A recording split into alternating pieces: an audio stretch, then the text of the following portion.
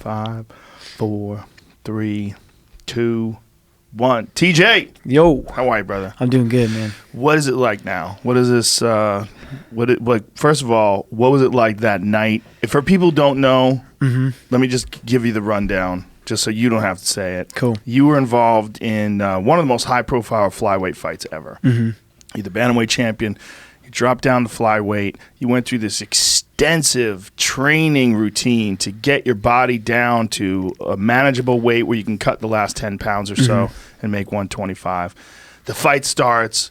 Cejudo lands a good shot early. There's a lot of action, and the referee stops the fight. And I was shook by it. Everybody that I was watching the fight with was like, "What the fuck?" Dude, and it was almost universal. Like no one thought it was a good stoppage. It's one of those stoppages where no one goes, "Yeah, it's a good stoppage. It's a good stoppage." No one. Everybody was like, "What the fuck?" You jumped off, and you're like, "Dude, come on, man." It's been rough, man. It's a rough one to swallow on multiple reasons. You know, like you say, he landed a good shot. Everything's being overshadowed by this shot that landed behind my ear. You know, I was off balance. I threw a right hand. I came in a little too aggressive. That's the way I fight, right? He pushed me over. I was off balance. He threw a kick. I blocked it, and he went to throw a right hand, and I tried to dip out of the way. And it was one of those shots that hits you behind the head, like right behind the ear. Not illegal, right? We're on our feet. It's completely illegal, but it was an unfortunate situation. One of those punches just kind of takes your feet out from underneath you. You're 100% there, but your equilibrium's off, you know, and he jumps on me. I remember hearing the ref say, "Dillashaw, show me something." I told him I'm good.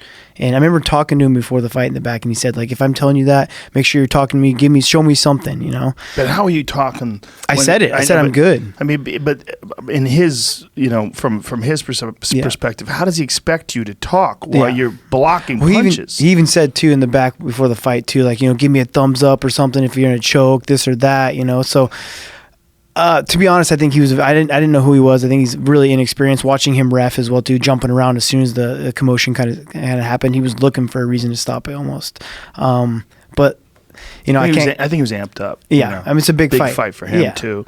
You know, for him to get a high-profile fight, first time on ESPN Plus. Yes, big deal. 100%, huge deal. 100%. So I think that's the part that most bugs me more, is that I was there, but it was the shot that hit me behind the head, and then obviously the controversial stoppage. So it's a rough one to swallow. You know, it's definitely been bugging me, but I'm good about keeping my mind off of things and staying busy. I'm already back in the gym, doing business things, and trying to stay as busy as possible so I don't think about it and want to punch a hole through a wall every time I walk by one. Well, it's such a different fight because it was such an arduous task for you to get down to flyweight. I mean, people are looking. You look great right now. Your face is full. You look healthy. But goddamn, dude, I saw you the week of the fight on television. Yeah. And I was like, look at his face. I looked like a tweaker. Yeah, you did. You looked like you were, you know, Cejudo said it best. You look like an ultra marathon runner, like some guy who runs long distances. Like, if I would have decided to lose all the way at the end, I wouldn't have looked like that, right? But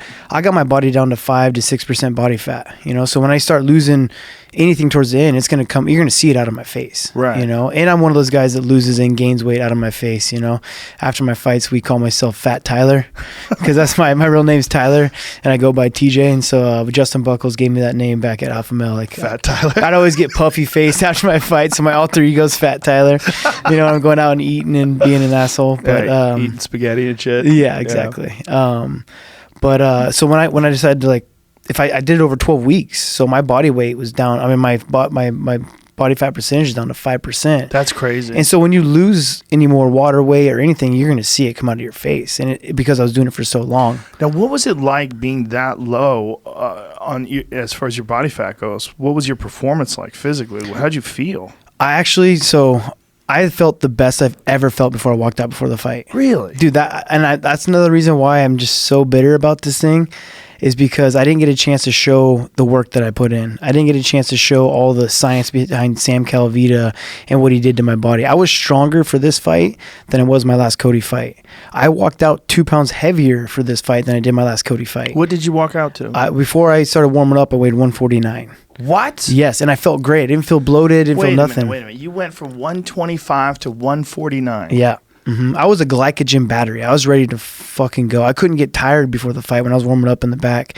I seriously, like, I've never felt better than this before a fight. Like, my mood, my energy levels, like me hitting mitts with Dwayne in the back, warming up. I was feeling smooth. I was feeling good. I remember even walking out in the cage and everything felt too good, almost too. I remember looking over at Dwayne, smiling at him. I felt awesome. And that's even more of an unfortunate situation. I didn't get to really show that, you know? Well, I mean, hats off to Henry because he's a beast. Of course. I mean, he did catch you, and he is one of the best. And he's that kind of caliber of athlete is what made this fight so special. You being the Bantamweight champion, going down to Flyweight.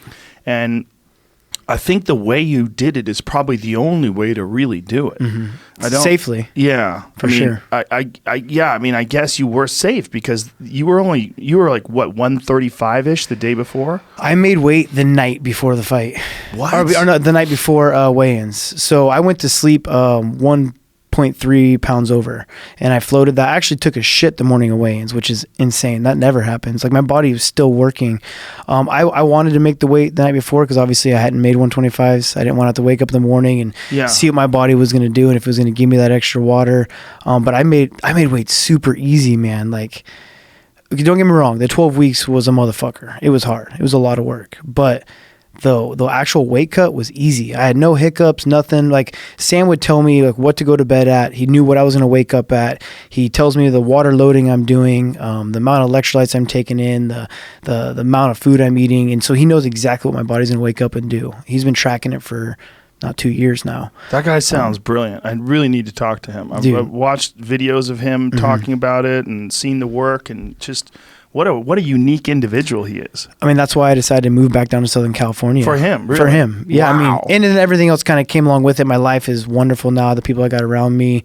I'm lucky that I have Dwayne Ludwig that's willing to travel out and train with me out there. But I moved down to Southern California because of Sam Calavitta, and I came down to 2 weeks with him and started noticing, like, man, this guy knows his shit. You know? Like, I didn't uniquely know. I mean, there's a lot of people out there who know their shit, but he seems like he's on some new level. I mean, he sent me graphs that I have on my phone of every week we knew exactly where my body weight wanted to be at. He was telling me weights that I'd be at before I would even be there. My body would just do it, you know? So you didn't need a separate person. So this is what's unusual about this. Normally, if you would hire somebody, you would hire like a George Lockhart or something like that, Mike Dolce, and then you'd hire them almost specifically just for the weight cut and some nutrition advice. He's training you physically as well. He's telling me my low base, like, so my long distance running or my fasted low base. He does everything. My strength conditioning, my nutrition. They make my meals. They do all my meal prep. He's telling me like how much low base I need to do per week, like either morning or night. He's telling me when I should train. Everything is completely mapped out. There's no guesswork in it. There's nothing. Like, he's telling me everything. Like, he's listening to my heart rate when I'm sleeping, my heart rate variabilities. He's telling me what supplements to take. All of it. You know, like everything. I seriously, and that's another reason why it's just so tough that this fight didn't get to like really let me prove anything, not only for myself and who I am, but the work that this guy put in. You know, like, I'm going to sit here and brag about him and talk about how badass he is, but then people want to tell me like, oh, you were malnourished, you don't have a chin, 125s was a bad cut for you, they're giving him crap all over the place. And I almost feel just as bad for him as I do for myself, for how much work he put into it and how great I felt before the fight, and I didn't get a chance to show it. Like I said, I walked out at 149, glycogen battery, ready to go.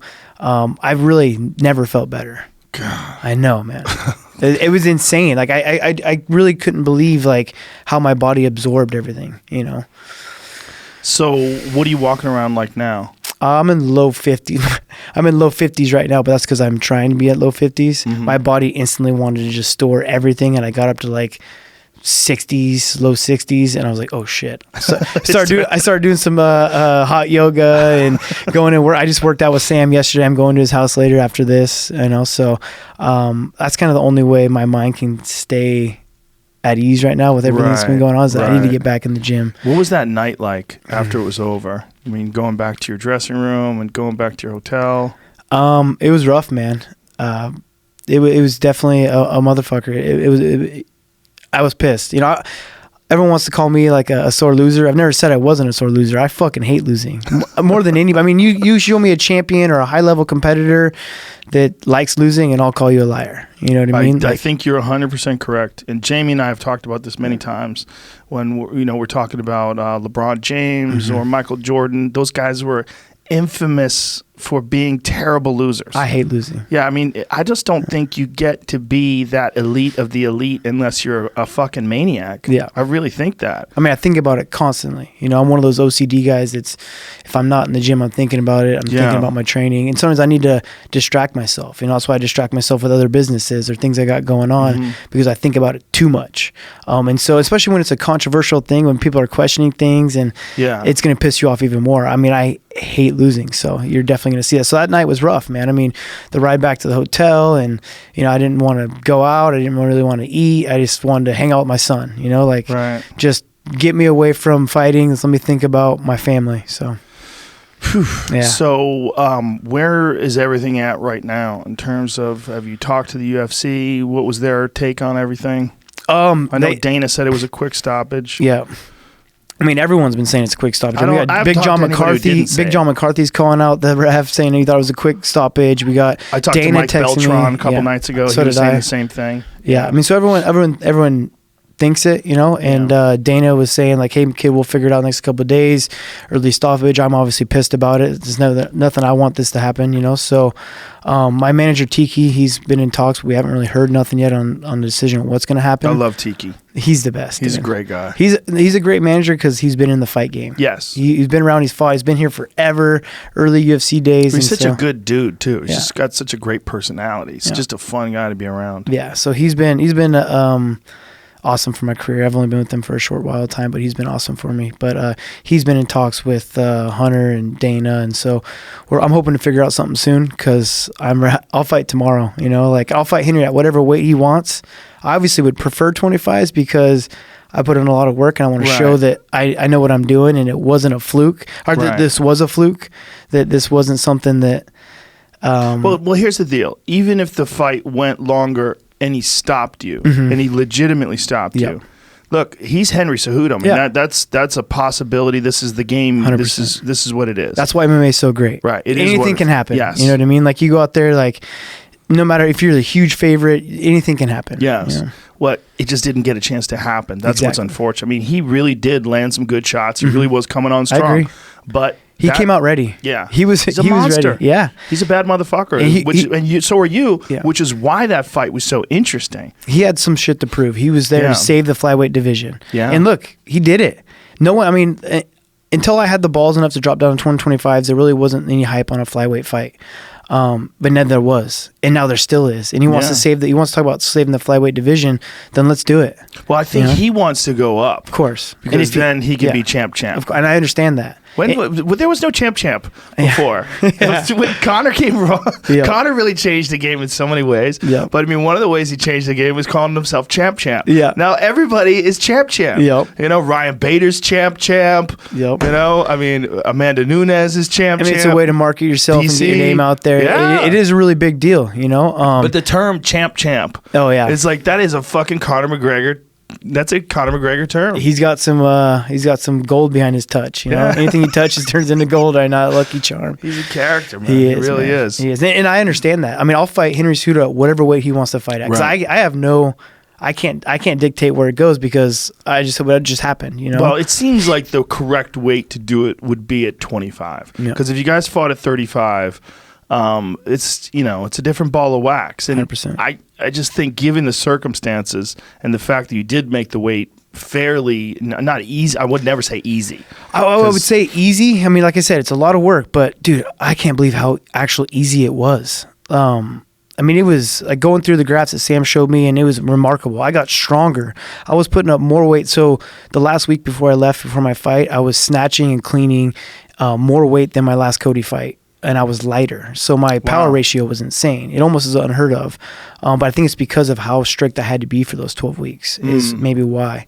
Like, what was your diet like? Like, what did you eat? In and out of you can't be in ketosis, obviously, because I trained too hard, right?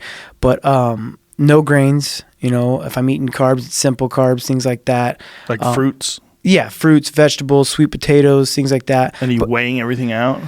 They do all that. I'm not doing it personally myself. Sam and his family do it. The training lab, they make every meal, every snack. So I'm eating 3 meals a day. I'm actually eating pretty good calories too.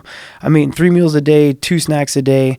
But it's also about when I stop eating, my intermittent fasting, me doing my low base while I'm fasting to get my body to be burning 100% fats. And when you say doing your low base, what do you mean by that? My like long distance. So low cardio, slow movements, yes. long. So it's not hard, right? Sessions. It's something where I'm keeping my heart rate at a certain variable, depending on what my VO2 max is, what my RMR is. There's this crossover where your body starts burning carbs or starts burning fats. If you're sprinting, you're going hard and hard and hard, your body's going to start burning carbs because it needs to burn carbs to go that hard. But when you're at a certain level, like, so for instance, when I started camp, my crossover was at 145. So I need to keep my heart rate under 145 for maybe 45 minutes, or maybe now I'm getting closer where I need to lose more weight. I need to go an hour. So 145 is that 80%? No, 70% of your heart rate must be. Everyone's Max, is different. It depends what your VO2 is. Right. I don't remember what mine was exactly, percentage-wise. But at 145 is a sweet spot where you're burning fat? At the beginning of camp. But towards the end of the camp, I can go to like 155 because I got in better shape. I was just in better shape. It was a better machine to where I could go harder and still be in a fat-burning substrate. And then he would dictate if I needed to do 40 minutes in a minute, maybe an hour at night, and depending on how he wanted my body to react. And then he's also spiking and taking away my insulin levels to get because I don't want to be in ketosis always, right? Because my body will crash. But I need to be in it to get my body weight down without losing weight unhealthy. If I would have waited till the last 2 weeks to crash my weight, I would have been dehydrated. But all the way up until weigh-ins, my body was over 60% hydrated. Most of the camp, I was 66% hydrated. And that's because you don't only get hydrated from the water you drink, you're hydrated from the supplements you're going to take and the food you're taking inside your cells. So when you say you're getting into ketosis, are you doing it 100% through diet, or are you taking exogenous ketones? Are you doing anything else? Just diet and the way I work out. Diet the way you work out. And then the intermittent fasting is a 16-hour window you're using? We switch it up. When I was getting closer to fight, yeah. But when I was further out, maybe like, 14 hours, things like that. And I didn't have to intermittent fast the whole camp. Just after a certain point, I needed to get my body weight even lower than it was at. There's this trend that we were following to continue to get my body weight down, and he would implement certain things to force it that direction. Wow, it's just, I've never seen, I know some pretty well-documented training routines and diet routines, and some guys have really gotten into the weeds with this stuff, but I don't think I've ever seen it like you. Man, I was always into training and doing everything as well as I can and finding every angle I could possibly be to be the best athlete. That's my competitive edge. And then when I met Sam, I knew that was my next level. Right. And I didn't realize that I had low test before I met Sam until he tested my levels and did my hair analysis and all that stuff. I didn't realize what was going on with my body. I just trained hard, and I thought I was training smart. Right. And then I met Sam, and it took it to a whole nother level. Well, the training hard, sometimes the problem is your body just never really gets a chance to catch up, never really gets a chance to recover. And there's a lot of really good fighters that are doing that to themselves because they're just...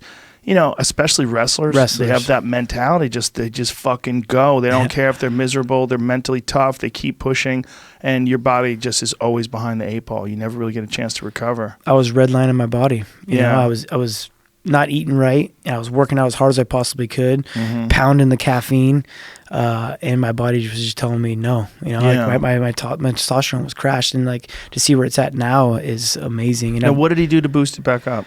My diet, my supplementation, which all my supplements are food-based for the most part. There'll be supplements, but they're aminos and all whole food-based Magnesium, stuff. Oh, yeah, zinc. Magnesium, zincs, tryptophans, ornithines, glycines, tyrosines, krill oils. Chain amino acids. All different ways and different times to take them depending on what I'm doing. The certain kind of creatines I'm taking. My proteins are all organic. He's this company, Orgain, I take a lot of their stuff. They're everything's tested or organic.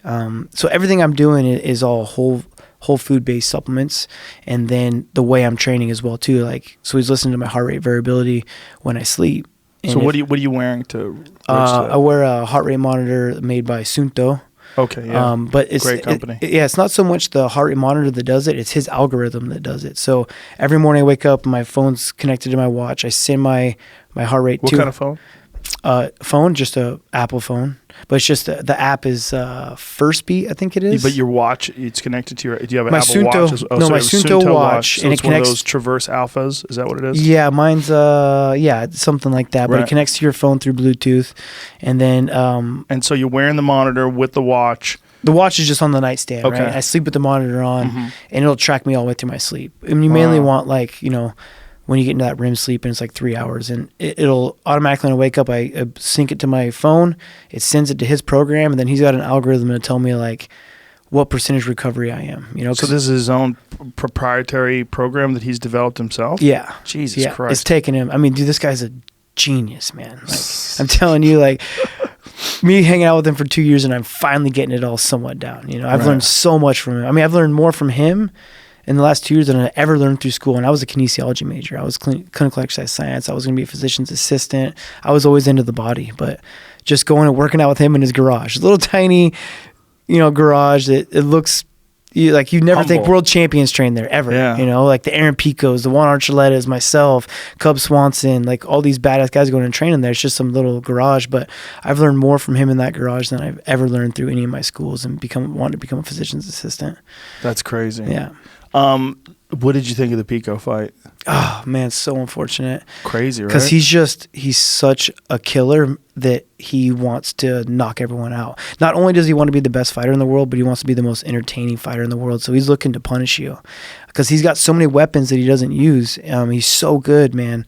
But he lives by the sword and he dies by the sword kind of thing. He wants to be that knock you out, entertaining fighter. He wants to be able to show highlight reel first round knockouts, which is great. Yeah. But you always have to understand that you are just like the guy right in front of you. Yeah. And then one shot, especially in MMA, one shot can turn it all around, and it did. Mm-hmm. It was one of the most shocking knockouts I think I've ever seen because it looked like he looked fucking phenomenal. He came out there, and we knew that he had been training with you for this fight. He was fucking shredded. He looked like a world beater. Yeah. Went out there, landed that clean uppercut, and then got just way carried away. Yeah. And it's unfortunate because you think I'm in shape and I do crazy things. This guy's putting me to shame. Like in Sam's garage, what he's able to do on the bike and just his workout regimen and like just how competitive he is, man, he's a world beater. He could be by far world champion. There's some things that he's so young, so there's some things we need to get to figure out. Everyone takes losses, and hoping one of these is gonna just spark him to realize how good he is everywhere. And it's just an unfortunate situation. MMA. Yeah, I mean, guys have bounced back from knockouts and become world champions, unquestionably. It's just he's got to make sure he doesn't have too many of those, and make sure he fights smart. Agreed. And use that goddamn wrestling. Dude, it's insane wrestling. I mean, he's so good as a wrestler, and when he gets that guy hurt, he's collar tied. They're grabbing each other by the neck and just swinging shots. You're flipping a coin. You're rolling the dice. What, has he got 6 fights or something like that? Yeah. I mean, it's one of those inexperienced things. And he's only 22. Yeah, I mean, that's the other thing.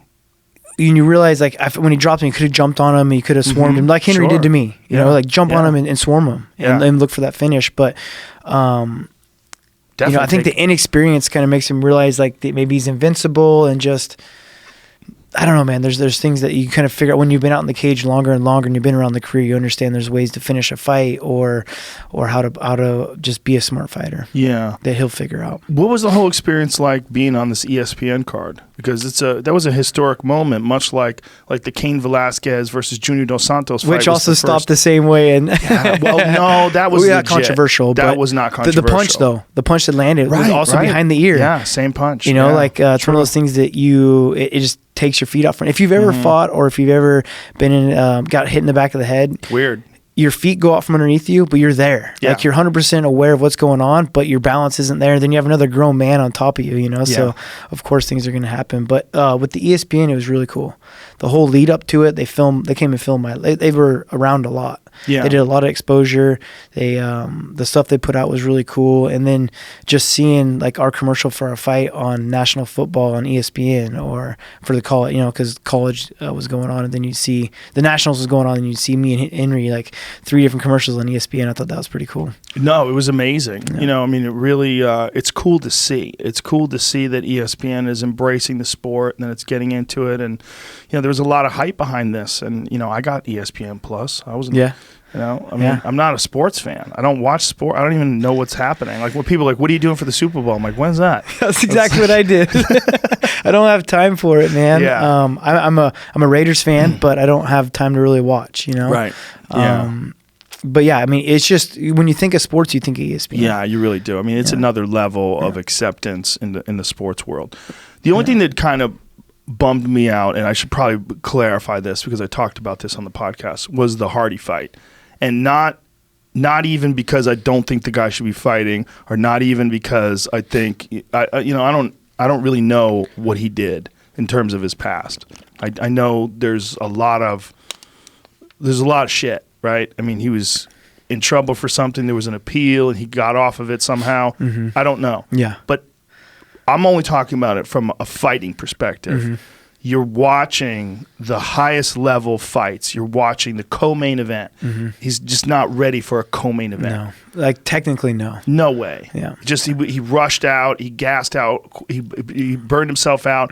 Crowder recovered. Mm-hmm. And it's not – the way it should be is – you should have the early fights are people who are learning the sport. Mm-hmm. And then when you get to the last couple of fights, the co-main and the main, you're supposed to be seeing assassins like you and Henry Cejudo. Mm-hmm. That's what you're supposed to be seeing. And crazy thing about our sport is there's a lot of entertainment behind it as well, too. So if you're hyped up, you get pushed up the ladder. Maybe you get title fights sooner than you should. And that's crazy. It is. To me. I mean, because now we're on ESPN. Now we're an official. I mean, we've been an official sport, but yeah, it should be more on the level like you're talking about of the actual skill level and how you're ranked. I mean, Cowboy Cerrone and the Alex kid should have been the 100% co-main event. 100%. I was stunned that it wasn't. I couldn't imagine. They were on ESPN though. They wanted to kind of hype up ESPN Plus. That makes sense. Yeah. That makes sense for that reason. Yeah. But there's another fight they could have put in place of that. I mean, agree. There's 100%. And again, this is not a knock on Crowder or Hardy. There are guys out there doing it. They're trying. They did their job. They did their job. Yeah. They're fighting. I mean, the ending was super unfortunate. Yeah. Again, you don't know whether or not he did it on purpose. Whether he had a mental look, you're getting punched in the face. That stuff happens so fast. It's chaos. Yeah, I mean, especially because he is so new, right? Yes, he hasn't been fighting forever. Yes. Like that stuff just happens. Like, oh, I got him hurt. Boom. Yes, you exactly. Don't, like there's things like I've even done in practice. I'm like, oh shit, dude, I'm in practice and I did something. I'm like, oh man, that was stupid. Like if that happens in a fight, I'm losing a point. Like I'm so sorry. Like it just bums me out that this rush to commercialization, that this rush to trying to get the most eyes on it, the people that are watching it, if you watch something where there's two guys who really aren't ready for a co-main event, but you're seeing sloppiness and guys getting out of gas real quick, and you're seeing all the things that you're supposed to learn early in your career so that by the time you get to a co-main event, you're a fucking assassin. You're locked down and 100% professional. Yep. You're a real elite pro fighter.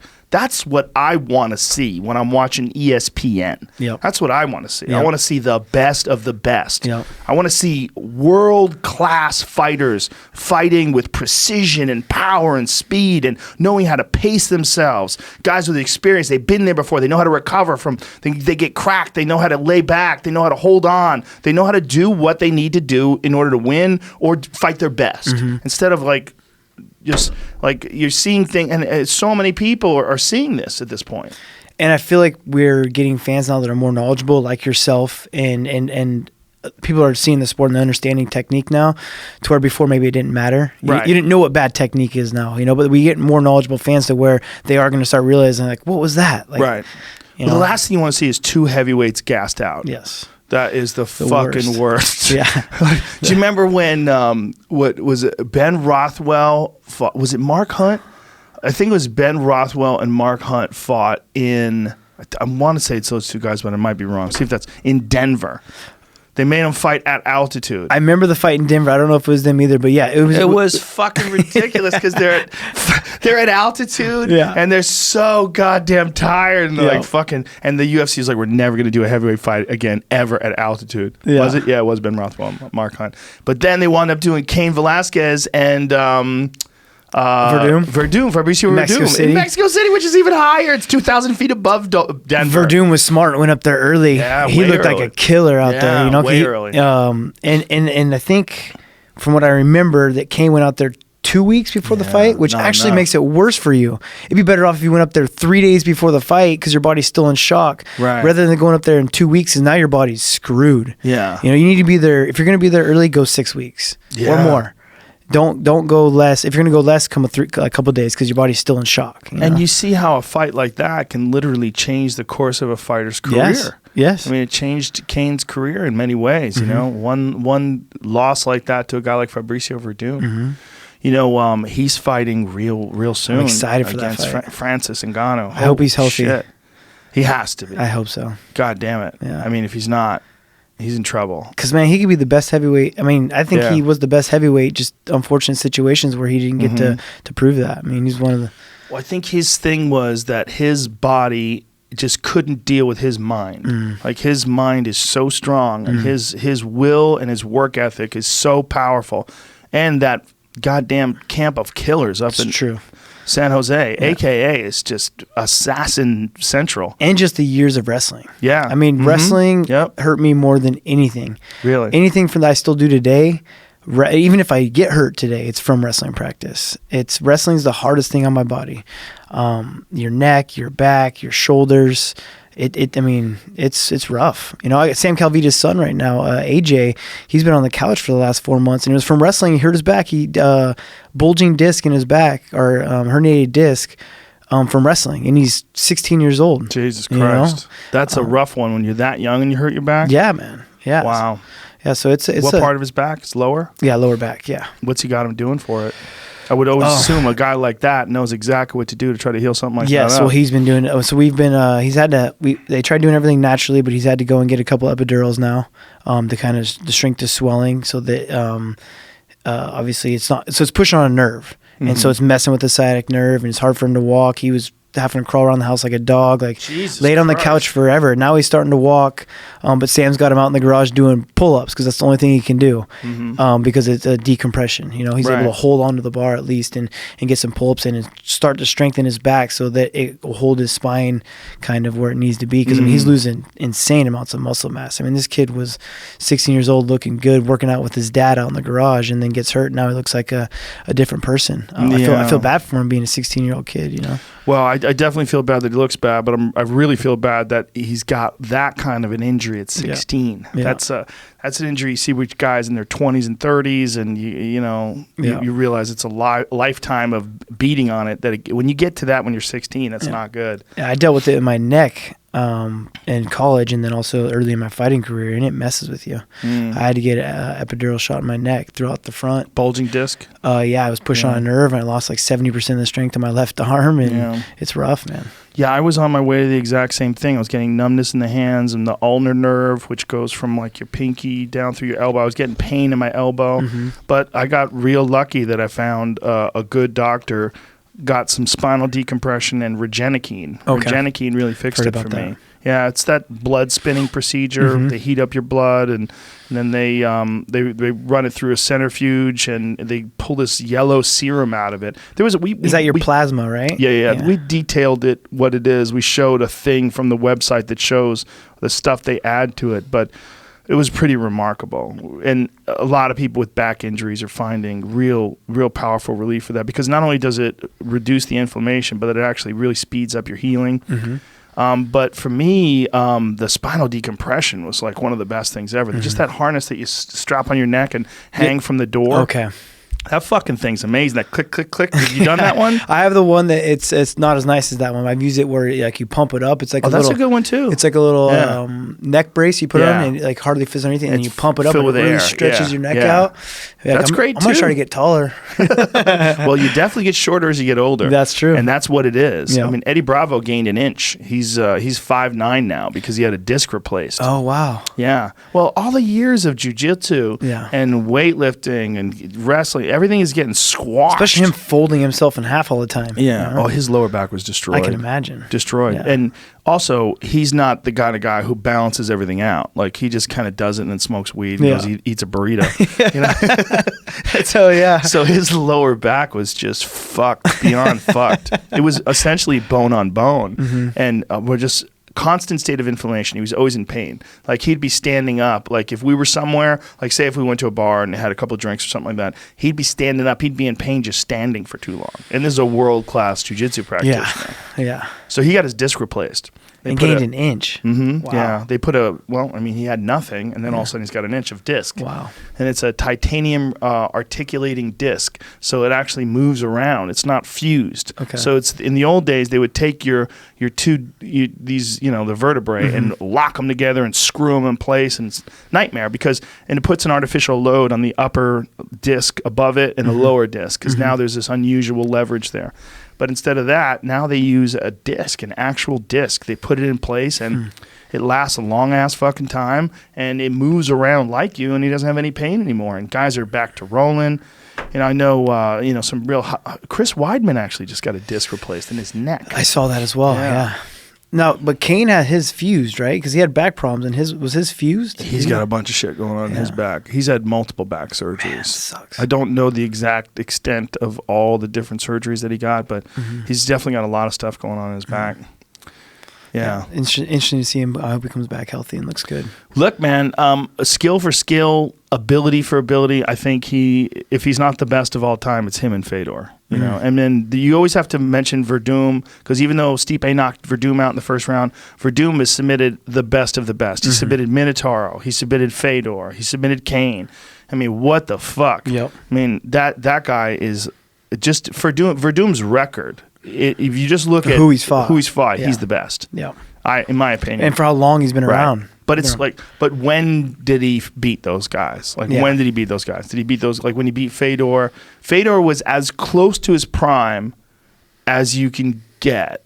When, it's hard to say. Like the Brett Rogers fight, a lot of people were saying he wasn't as focused for the Brett Rogers fight, but he still knocked him out with one punch. Remember that crazy fucking KO? Anytime. You got to be ready for Fedor one punch. Yeah. But Verdum handled him, on the ground and submitted him. I would have loved to have seen what it was like in Pride if he could fight him when Fedor was at his peak, back when he beat Minotauro. Yeah. But Verdum, he's overlooked in that argument of who's the best. And in terms of accomplishments as a UFC fighter, well, it's Stipe, because Stipe is the only guy to defend the title 4 times, and it really kind of bums me out that he's out of the conversation right now. Yeah. You don't hear about a Stipe fight. He's like which I feel like he should get more attention for this. He's just a normal guy. Like, he has a full-time job where he's a firefighter. Yeah.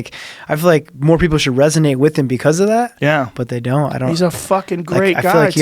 you have to kind of be an asshole to get attention these days.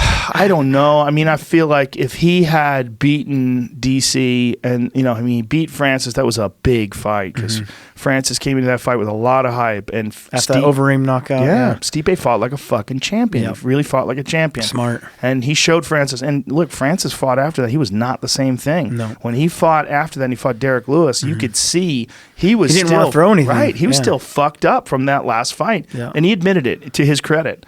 He bounced back with the Curtis Blades fight and looked fantastic. Which is a big one for him, because Blades is an awesome wrestler. Exactly. Blades is a very athletic wrestler. He's huge. Yeah. He's big. He's fast. He's powerful. And, and that's twice Francis has beaten him. Twice he stopped him. That was his first UFC fight. So he stopped him then, and he stopped him in this one as well. So coming into this fight with Cain, there's a lot of questions. We haven't seen Cain in 2 years, right? It's been about 2 years. Yeah, it may be even longer. Let's say, when was the last time Cain Velasquez fought? A long time. Yeah, I think you might be right. I think it might be 3 years. It's been a while. Crazy. I know.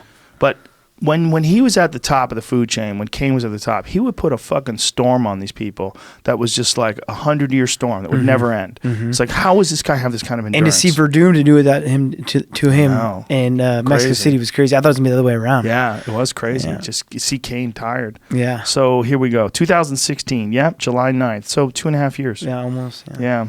And that was Travis Brown, which is just a phenomenal beating. And that was UFC 200. Yeah.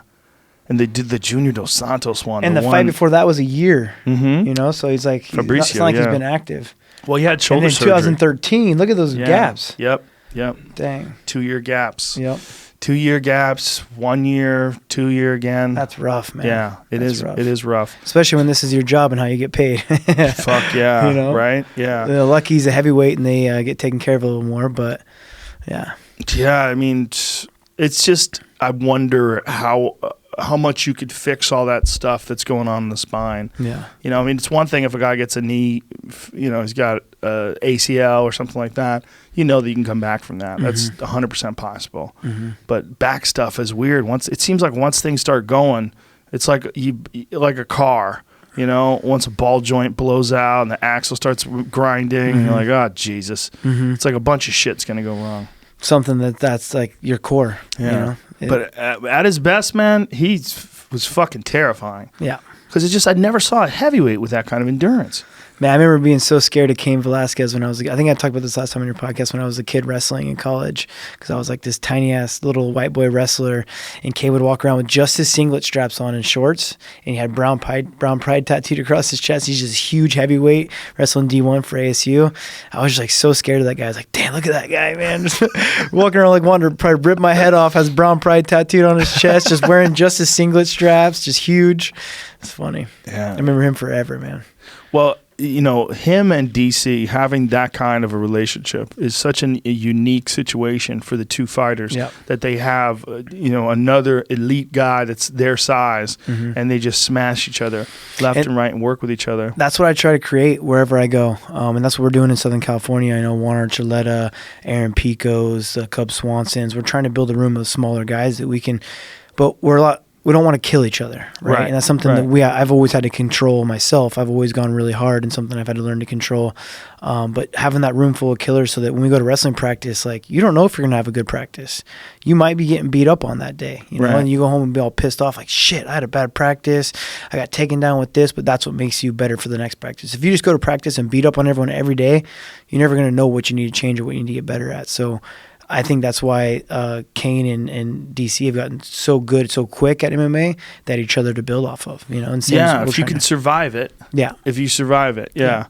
And, you know, like the knock on AKA, some people said they train too hard because they're always injured. But look at the amount of champions they produced. Yes. Look at the amount of fucking killers that have come out of there. Luke Rockhold, DC, Cain, Khabib. I mean, get the fuck out of here. That place is a den of assassins. Yeah, if you can survive it, right? Yeah. I mean, that's perfect. I mean, that's the only way, man. Yeah, I mean, look, it's not good to spar full clip like old school Lions Den days where they used to beat the shit out of each other, or the Miocic days. I mean, nobody knew anything back then. They didn't know the consequences. They didn't know what it's like.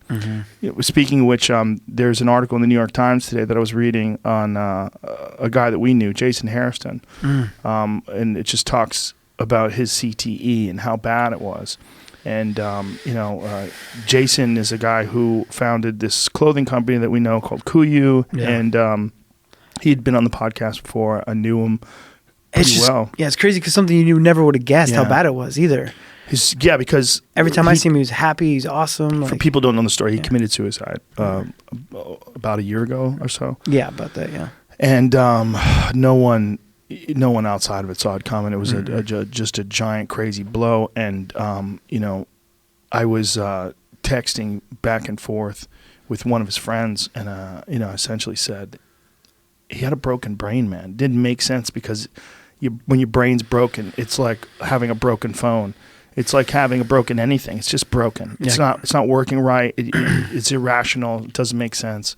I couldn't imagine the thoughts that had been going through his head to have that happen. Because like I was texting him 2 weeks before it happened, like talking about going on a hunt with him and doing this and that, and he's like talking about how great the business is doing. Like you think he's living the American dream, like got the awesome, you know. So it's tough, man. I couldn't even put myself like to have that kind of torture. Well, you know, he was friends with Donald Trump Jr., and you know they hunted together, and he was talking to him just a few hours before, like everything was fine. Yeah. You know, they were going back and forth with each other. Everybody was blown away. Like, what happened? Like, how could this possibly happen? Yeah. But, you know. Scary thing, more reason for us to be smart as we possibly can with our training. Yes, 100%. That's what I was going to get into. This, there is a way to train hard but save your body from especially critical damage like brain damage. There is a way to do that. And Dwayne has been a savior to me because of that. You know, Dwayne with his experience of fighting and being through the gyms and him probably going too hard himself. We've learned a lot of hard drilling and live drilling through him that is probably going to prolong my career and hopefully my life and not going as hard and just sparring. Because like before Dwayne, when I was at Alpha Male, we sparred like 3-4 times a week. We just went, you know, that's what we did. We were wrestlers and that's how we knew how to get better was just go. And then he came in and started teaching us like how to drill and how to really get better and your reaction times, everything with fighting without having to beat yourself up so much. My injuries were less. I wasn't getting injured as much. And I actually got a lot better too. Yeah, I think sparring is critical. I think it is important, but I think maybe as critical or maybe more is drilling. And this is with all martial arts, including jiu-jitsu. In jiu-jitsu, it's you do jiu-jitsu. It's fun. So everybody wants to just slap hands, punch knuckles, and start rolling because it's fun. It's fun. It's like a fun game you're doing. It's a good release. But the best way to get better at it is to constantly drill. And then you develop these pathways that are just ingrained in your subconscious. And so when you're in that half guard position, you immediately go for that underhook. You know the path. You know where to go instead of ad-libbing and thinking while you're in the middle of a roll. And when you see guys that come from camps where they don't drill, they only do like one technique at the beginning of the class, you'll notice a technical deficiency as opposed to like someone who comes from Hickson School or someone who comes from a school that's very technical or, you know, the Mendez brothers or something. You know, it's so important to look at the sport, whether it's MMA or kickboxing or jiu-jitsu, whatever it is, but to look at it like a puzzle. Like you're trying to figure out what's the best way to solve this. And, you know, what Dwayne has done for you, it's been pretty remarkable as far as like giving you footwork skills and tools to move around and angles. And I've watched you guys drill and train together. I mean, it's really amazing stuff. Yeah, stuff that we think is simple, and then we go and teach another gym, and they're just like, wait, what? Can you guys do that like 10 more times? We need to see that again. It's like, right. All right. So we've just been doing like the footwork I've created with Dwayne. Like, he wasn't a footwork guy. When he fought, he was straightforward, punches, tornadoes, and then like he's the one that's created all these angles with me, and now we've created a whole new style. It's so funny that he saw that kind of while he was fighting, and then after he was fighting, he's implementing it on new fighters and didn't do it himself. Yeah, and he laughs about it. Yeah, he wishes he probably would have had someone like himself coach him. Obviously, you know? Fucking for sure. Yeah, everybody does. Yeah. Yeah, like he's a fucking wizard, man. He is. Well, because he doesn't stop thinking about it either, too. He's like a Sam Calavitta for like I'm telling you, like I have all the best coaches in the world around me. Like he's like Sam Calavitta of striking and MMA, and I'm trying to convince him to come to Southern California and start a professional fight team so that we can help recreate what we do for everyone. Trying to get him to move out here. Yeah, but he loves Colorado. Man. He does, but he also loves being the best coach in the world, and so I'm hoping that I can convince him enough that he'll do that. How close do you think you are to convincing him? I think I'm close. Dwayne. Yeah, Dwayne, I know you listen, brother. You know you want to come to California. I've never seen anybody with as detailed an instruction manual, like the way he breaks down his system. No matter for what striking. It is, I mean, it's really remarkable. Yeah. Even when he comes into here to talk to you, he'll have a system in his head, what he wants to talk about, what he wants to do. Like the guy doesn't stop thinking. He is on top of his stuff. He's OCD in a good way. Yeah, in the best way. In the best way, absolutely. Well, it's like you were saying about being competitive. I mean, I think it's the idea that you're going to be this balanced, chilled out person and still be a fucking world smasher. Good luck with that. I'm the farthest thing from relaxed and chill. You know, I try to work right on now, but when you're training and when you look, there's a mindset that's required to beat the best guys, and it's not the same mindset that's required to get good. To get good, you could get good and be a chilled out, relaxed person. Like say you want to be a black belt in jiu-jitsu, that's totally possible. Yeah, you can be really good. People can go, hey, look at Mike, man. Mike has got a great triangle. Watch him roll. Wow, he's really good.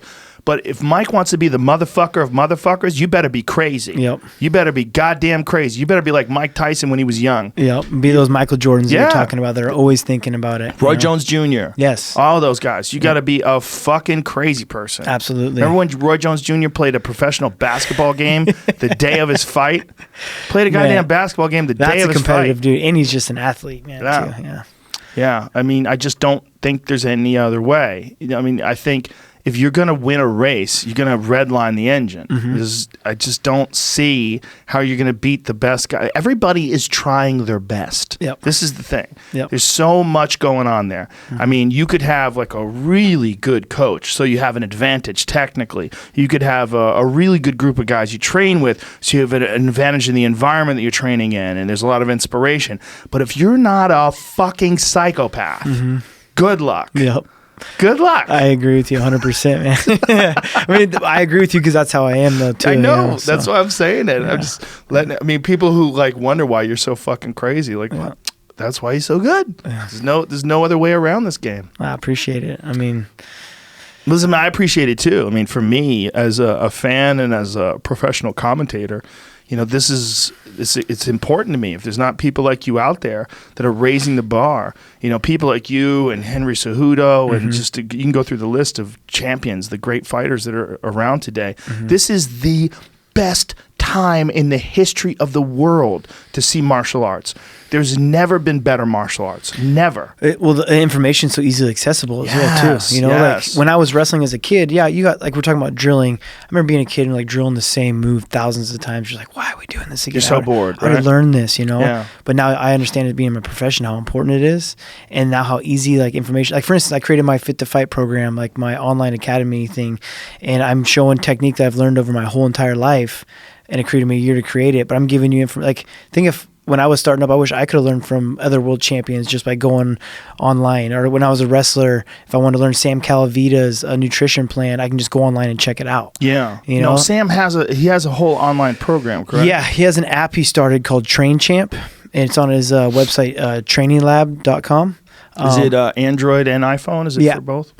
Yeah, it's it'll go through like his workout routines. It goes through the supplementation he puts me on. It has certain recipes that I've been on throughout my fight camp. The first one he created was around me first, because we had put so much work in to go 25. So we created a whole supplementation and diet plan, a workout plan of what I did, and put it out there accessible for people. I mean, he even has you can even get a hair analysis on his app. You send in, like, they send you a little kit, you cut off on the back of your head where your brainstem's at, you cut off your hair and you send. Why where the brainstem's at? That's where all your nutrition comes out at. Whoa. That's where all the nutrients from your nervous system will come through. Who the fuck figured that out? I don't. They burn the hair and they get the toxins from it. Whoa. That's how I found out I have too much arsenic in my body. What were you eating that gave you that arsenic? He thinks maybe the rice or maybe my tattoos. Tattoos? He thinks, or it's really big in tobacco. There's a lot of I mean, since arsenic is big in tobacco. Really? So like if you chew? Yeah, chewing. I used to chew in college. Yeah, but that wouldn't be still in your system, I don't think. Well, your body won't get rid of heavy metals unless you make it get rid of heavy metals. You have to do like a detox. What do you do? So I juice. I do a lot of juicing. But I juice like a quarter cup of cilantro every day within all my juices. I take cilantro is effective in getting heavy metals out of your system. Yeah, big time. And same with methionine. Good on burritos too. Methionine. Well, juicing, you actually absorb a lot more of the nutrients when you cold press juice it compared to just eating it. I can eat a whole table of fruits and vegetables, and I'll absorb more of the nutrients from it if I juice it rather than just eating it raw. Really? Interesting. Because your body doesn't break it down the same. But then I also take methionine. It's a methionine, I don't know how to pronounce it, but it's amino that helps push out heavy metals. Chlorella and spirulina will help push out heavy metals. What else did he have me on? I tested positive for arsenic back in the day because I was eating too much sardines. Yeah, they're heavy in sardines. Yeah, but all I did is just back off the sardines and it went away. You've tested it again? Yeah. Oh, really? Yeah. And you never tried pushing it out, huh? I didn't do shit. Huh. Interesting. Yeah. How did you test it, though? Blood work. Blood work. So the blood work, so that's the difference, though. When you do your blood, it's only right then and there what's in your body. So when you do your hormone levels, you have to go in the morning and get your blood drawn before you eat or drink anything. Right. Because it's what's in your body right then and there. But when you do a hair analysis, it's what's in your body like the last 9 months, or it's more. It tells you more what's in your actual body over time. Wow. Because you might have just pushed the arsenic out of your blood rather than out of everything. At least that's what he told me. And he's a mathematician by trade, is that what he is? He's a calculus teacher at a private school. The world's best calculus teacher. He won some award. His kids that took the placement test as advanced placement test, they all got 100%. I think there's a kid that missed one question. That's crazy. Just one kid. There's kids that travel all over the world to come to his school because of his accolades of being a calculus teacher. Wow. Yeah. I mean, numbers never lie, and I think that's what was always drawn to his results and his studies is always numbers. Everything comes back to the numbers of your body, your hormone levels, of my heart rate variability. Everything's done by numbers. So wow. And so this is all a system that he devised himself. Does he have a background in combat sports at all? He wrestled. So he wrestled at Cal State Fullerton. He was a big-time wrestler. And then he was the world's strongest man. They did that at Disneyland. They used to do the world's strongest man. And he won for the nation's strongest man competition. So he was huge. He used to be giant. How much did he weigh? 260, 280. And now he's probably 160, 170 pounds. That's crazy. Yeah, he was giant. You could stack a cup on his chest. His chest was so big, But I would never guess that looking at him. He looks like a marathon runner. He is now. He does Ironmans. Wow. So he switched up. So I think he had some health issues from getting so big and being so strong. He decided to switch things up, and he just got into his body because he started doing Ironmans, and he wanted to get better at being an Ironman. So really got into how to train himself, and now he's done 14 Ironmans. He's qualified for Kona now. He's going to do Kona in October. Wow. How old is he? I want to say 53 or 54. Wow. I think he just turned 54. Still getting after it. Yeah, man. Every day. I went and worked out with him yesterday. He did, and then when I got there, he'll get in the garage and he'll do a 2-hour bike ride and then get on the treadmill, and he's always doing power intervals. And will he come in and do a podcast? I can talk him to. He's very.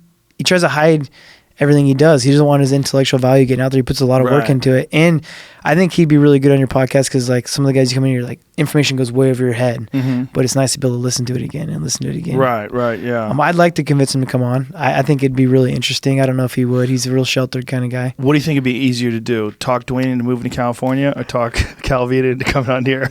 Man, I think maybe talking Dwayne into come to California. Really? I don't know. Just got to get him used to that beach life. Yeah.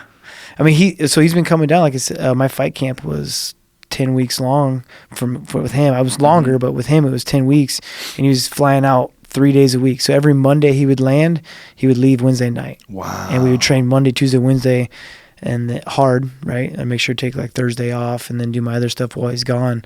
But every week he was traveling back and forth. That's fucking dedication right there. Dude, we're family now, He's lived in my house. He's on the meal plans with the Calavitas. He's full bore into it.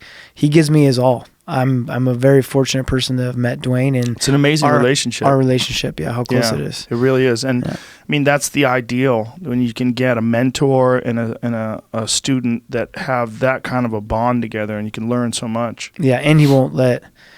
We have such a good bond now too that he won't let bullshit slide. He won't be pumping me up for no reason. Right. He won't let me. I mean, I'm not a lazy guy, but if I was, he wouldn't let me miss practice or. Right. I mean, he almost has to pull me back more than anything. But he gives me this true assessment of what needs to be done. I obviously lost to Cejudo. We got home and he instantly texted me. He's like, "Hey, I'm coming out tomorrow. I'm gonna work out with Juan, but I'd love to get some work in with you. Some things we should go over." I was like, "All right." Wow. So I was working out with him 3 days after the fight. What did he say about that exchange? He says like maybe he needs to change some things on the mitts and maybe like. So, for instance, the whole exchange, I think I closed the distance too hard. Henry Cejudo switched up who he was as a fighter. I think he came out differently, which was great by him. He's done great things. I expected him to maybe run a little bit more, and he came out aggressive. And so getting used to the distance control, not always having a set plan and going for those combos, what I think is going to happen, to be able to adjust on the fly. And maybe me and him, sometimes we are too set on certain things rather than reaction time stuff, and I need to react to distance change. I need to react to things like that. It's hard to really change anything on that fight because I didn't get a chance to see it either. Right. It was so quick. Now, have you talked to Dana or anyone since? I know you said that you guys would talk in the future, but it's been about, how many days? It's been about a week or so? It's been about a week and a half. Yeah. It's been a week and a half now, yeah. I haven't heard anything since the day after the fight. I was texting with him the day after the fight, and he said they have to sit down and figure out what the plan is, kind of thing, But obviously, everyone knows that we want to run it back, and it sounds like they do as well too. So, well, as far as something that people want to watch, whether it's at 35 or 25, I think people absolutely would like to see that. I mean, at 35, the big selling point would be Henry gets a chance to become champ. Of course, dude, I'll fight him at 25 and put my 35-pound belt on the line. I think that works that way. I know it doesn't, but I'm saying like. If you beat me, like I'll just like I seriously like I wouldn't. Give it to him. I seriously don't even care. Like the belts are awesome, all that stuff, and the recognition, all that stuff. But to me, I want that win back. I want that opportunity back to even just show how much work and how smart I was and how I didn't get hit and I wasn't fragile from being at 25. Right. I really wasn't. Like I wasn't like I didn't get beat because I was a 25-pounder. I have no excuses. I got beat because I got beat, right? I have no excuses that I was too fragile at being at 125s. I felt better than I've ever felt my entire life. I just want the chance to prove that. You know what I mean? So that's why I say that I would give him my belt at 35s if he beats me at 25s again. But I'll obviously take the fight wherever. I mean, I think Ali needed Frazier, right? Yeah. Sugar Ray needed Tommy Hearns. I mean, this is just this is the nature of the sport, and a guy like him. I mean, I think you and Cody needed each other. Yeah, I think there's something about that kind of intense rivalry that is so important for actualizing. And Cejudo's a motherfucker, man. He's good. I mean, he's a Olympic gold medalist. He's a competitor. He knows what he's doing, right? I mean, just arguably from his accomplishments, he's one of the greatest combat sports athletes of all time. Yeah, the guy's the first guy ever to be an Olympic gold medalist and a UFC world champion. Which the gold medalist thing, I even hold even higher for him than even being a world. Like, obviously, UFC champion's huge, right? But I wrestled my whole life. I grew up wrestling, and to be an Olympic gold medalist is a fucking huge thing. Yeah. I still think today wrestling's the hardest sport I've ever done, and to see that achievement, especially how young he did it at, I almost hold that higher than him being a UFC champion. Well, also the fact that he was beat by DJ, he beat by Mighty Mouse in the first round. He gets destroyed. He gets kneed to the body, taken out, beaten up, and stopped and humiliated. Right? Comes back, and what was it like 2 years later? And fucking beats him. And beats him. I mean, becomes the fucking champ and beats the pound for pound consensus best fighter on the planet and the guy that had held that title from the very first time it was ever brought to the UFC. He's been the only flyweight champion until Henry came along. So, and that's another reason why I want that fight, man. Like, you know what I mean? Like, I know that I'm better than him. Obviously, you're going to give me some shit. People are going to give me shit for saying that because obviously the fight, they all think it went down the way it went down. But guess what? I'm better than that motherfucker, and I want to prove it. I want the toughest fights. I mean, that's why I was calling out Max Holloway. I wanted to beat Henry Cejudo. I want to call out Max Holloway. With Sam Calavitta, I could be walking around 165 pounds with 6% body fat. You know, like 100%. Like this guy, man, he can stack the weight on me. He can take it off me. I can go. I have a secret weapon with Sam Calavitta, I'm telling you, and I could have. It's not a secret. You just you blurted it out. But people, he won't work with everyone. He won't do it. Yeah, if you come to him, like, unless you fit who he likes, if you fit his image, like we work out of his garage. I know that, which is so crazy. You know, like he could have a giant facility with all his hard work and science he does, but he likes the grit of having it in his house. Like he gets home from work, he's all dressed up in his tie. Sometimes we're already there waiting for him, and he's doesn't even change. He's out there throwing medicine balls at our face in his tie and all dressed up from his suit from work. You know, like. He likes that shit. You know, he could probably not even be a calculus teacher anymore and just be a strength and conditioning coach. but that's not what he wants. You know, he's not in it for the fame and the money. He's in it for the science and the love of doing it. I want to see that garage. Pull up his garage, because this doesn't. Now I'm thinking about how big my fucking gym out here is. You couldn't even park 2 cars in it. It's a small garage. We have one squat rack. We have a spot to do like our cleans and our deadlifts. What he really has is he has 3 bikes. So there it is. Yeah, that's crazy. So it's a very small 2-car garage. Yeah. That he's got filled with a bunch of murderers. Yeah, he's got like 3 bikes that we ride. Jesus like Christ! bikes. Imagine walking by if you were a girl. Dude, all the time. people walk by all the time. We're in the garage, and I'm yelling when I'm in there working out, because he's pushing us. Like sometimes our workouts are 3 hours long. Yeah, you know, and we're going. There's a park across the street, and we're throwing medicine balls at each other. And go back to that last one with Pico, please. Yeah, you get a chance to see what's in the garage. So I guess he parks his car in the driveway. Oh yeah, he doesn't park. That's his sanctuary, man. That's crazy. He's got these stationary bikes in there where he kills us on. That's like how we push our lactate thresholds. So what is he? He's doing something with bands right here. Is that he does a lot of things with bands, right? Yeah, because you get the eccentric and concentric contraction. You know, you have a strength. He's doing it there is for your shoulder stability. Mm-hmm. You know, your rotator cuffs. I mean, with the jiu-jitsu and the wrestling, your shoulders take a beating. Yeah, and so that's kind of really just strengthen it. Yeah, I do a lot of cuff stuff because all the different injuries that I've had. I do a lot of band stuff with my, this way. The external rotation, internal rotation stuff. Yeah, bands are great. Now, why bands though, as opposed to cables? Like cables with stacks of weight. Why does he use bands? Probably just what we have. I mean, if you had a nice Kaiser machine in there, maybe we'd use it. But I think the resistance coming back really, really wants to pull. The further you extend a band, the harder it wants to pull you back. Mm-hmm. To where when you have a weight on there, it's the exact same weight going in and out. Right. To where the further you extend that band, the harder you make it on yourself. Mm. I think there's just more you can do with it, and it's just very easy and takes up no space. Right. We do a lot of medicine ball work for our core and for our shoulders as well too, like catching in weird angles with keeping our balance. We do a lot of kind of like old school shit, but in a certain way in a certain time. Yeah, and so how does he get all that shit into his garage? Does he have to pull stuff out into the driveway? There's stuff on the side of his house. He's got like a little chest he stacks stuff into, and a lot of he doesn't need much. He really doesn't. There's a lot of work you can do with just body weight. Mm-hmm. I mean, we have 100-pound medicine balls. We got these big logs, and he makes it like it's almost like the strongman competitions. There's a big hill next to his house that he makes us carry these like 100-pound logs, and we have the farmers carry them up the hill, and we're doing it with a partner. And when I get up so far, I drop my run back. I get the 100-pound medicine ball. I have to sprint up the hill with it. Things like that, where you're pushing your lactate threshold over time. Wow. Yeah. And how does he schedule the training sessions? Like, how does he know what to have you do and when?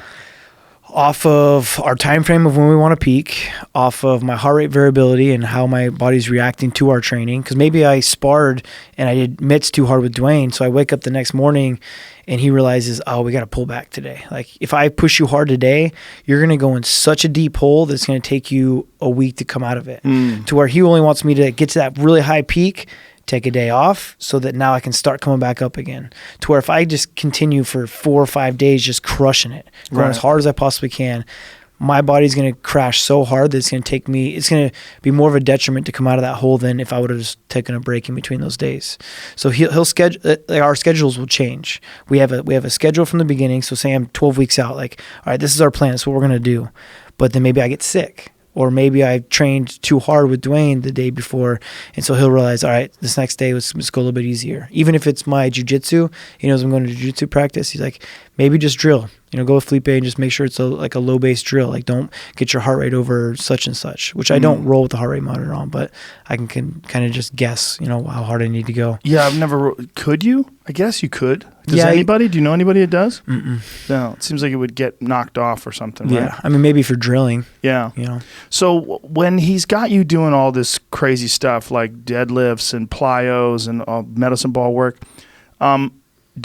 is there like a logic to what exercises are done when? Mm-hmm. And like, how does he because it seems like you're doing all this old school stuff, like badass stuff. Mm-hmm. But my question is always like, when do you do that? Yes. Like, when is that? When is that done? Like once a week? Is that done early in the training camp? Is it done late? Like when are you doing strength work? And because you were saying you were doing cleans like the week out. Only so when I'm doing those like a week out, I'm doing them only a certain amount of reps. I'm maybe not taxing my body for as long as I would in earlier camp. And even though I'm going heavy, maybe I'm only doing 2 sets, just to keep my central nervous system strong. Because other than just taxing yourself, or there's certain times there's certain days he knows I need to get explosive power work, or some days I need to do cadence, fast feet, cardio work. And he has that all mapped out on what days are what weeks are what, depending on where I'm at in my fight camp, or if I'm going 25s and if I want to stay as strong as I was at 35s, things like that. Or if I end up going 45s, to be able to keep my cardio up, because the thing was, if I were to go 45s, I'm going to put so much more muscle on. The worry is that I'm going to lose cardio, right? But he wants to be able to keep that lactate threshold and me keep my cardio if I'm able to walk around at 165 pounds. Now, what other stuff does he have you doing for recovery? Are you doing any sauna work? Are you doing ice baths? Like what kind of stuff? I have an infrared sauna. I do red light therapy. I do. What do you mean by red light therapy? There's a machine that I have in my house. Is called a Juve. It's a big red light. It's a 680 to 880 nanometer light that I stand in front of it for a certain amount of time to not only increase my testosterone, but to help recovery in my mitochondria and my cells and flush my body out. What does that thing look like? Whoa, look at that. Dude, you're in the future. Yeah. Is that you? No. Looks like it. Dude's jacked. Yeah, but yeah, I have one of those in my garage. I have a infrared sauna in my garage. I do. How big is that thing? This thing, there's new ones now that are huge. Like it's as big as my body. They have ones that go on the back of your door. They have travel ones that you can take with you that's really small. Really? The reason why I got into it was for increasing my testosterone and the motility of my sperm. Holla. Yeah, because I was having my testosterone was low. And I wanted to increase it, and I saw this through Matt Brown. Actually, Matt Brown's the one that kind of got me into this when I was out in Colorado. Immortal. Shout out to the Immortal. He's got some awesome training equipment himself. Yeah, he's a very knowledgeable, very well-read guy. Very. And people wouldn't guess that. Well, when I had him on the podcast, that's one of the things a lot of people said. They go, "I thought the guy was a caveman." Yeah, right. And he kind of is. But he's also kind of brilliant. He wants to be the caveman, like manly man, but he's very smart about it. You know? So he's the one that turned me on to that, and so I got into it, and I wanted to increase my testosterone, but I also read about increasing motility in my sperm. I was trying to have a kid, and we were having trouble, and this and that, and it could be that, could have been my diet. I switched so much up that I can't tell you which one it was, because Sam helped me out, this helped me out. I mean, so I'm doing that. I'll do hyperbaric chamber. I'll do cryotherapy. How often do you do the hyperbaric chamber? Only when I need it, because it can mess with your hematocrit. If I do a lot of altitude training as well too. So I'm trying to increase my red blood cell count and my hematocrit. And then when you go and you get into a hyperbaric chamber, you're breathing 100% oxygen. So if I'm in it too much, right, I see it what you're saying. will lower my hematocrit, right? But I do a lot of. He has an altitude, same as an altitude machine he has me use. It's called Alto Lab. I breathe into it for a certain amount of time. And that's, again, another program he created. The company was around, but he created the program that I'm supposed to do to put my body in a hypoxic state for only a certain amount of time, because you can overtrain yourself that way as well too, to increase my capillaries, increase the vasodilation in my veins, as well as increase red blood cells. That's amazing, because one of the things that's a big well, I don't know if it's a misconception, but it's one of the things that people always talk about is that you should train at altitude. And you did that. You went to Denver, and a lot of people do that, and they find benefits in that. But the thought process now seems to be that you get more work done at sea level. Exactly. So I thought the same thing, and then I met Sam, and I actually felt this, but I didn't understand it. Your body can't recover the same, or you can't push as hard at altitude. And your body actually gets more dense at sea level when you're working out. You're able to push harder, and your recovery is better.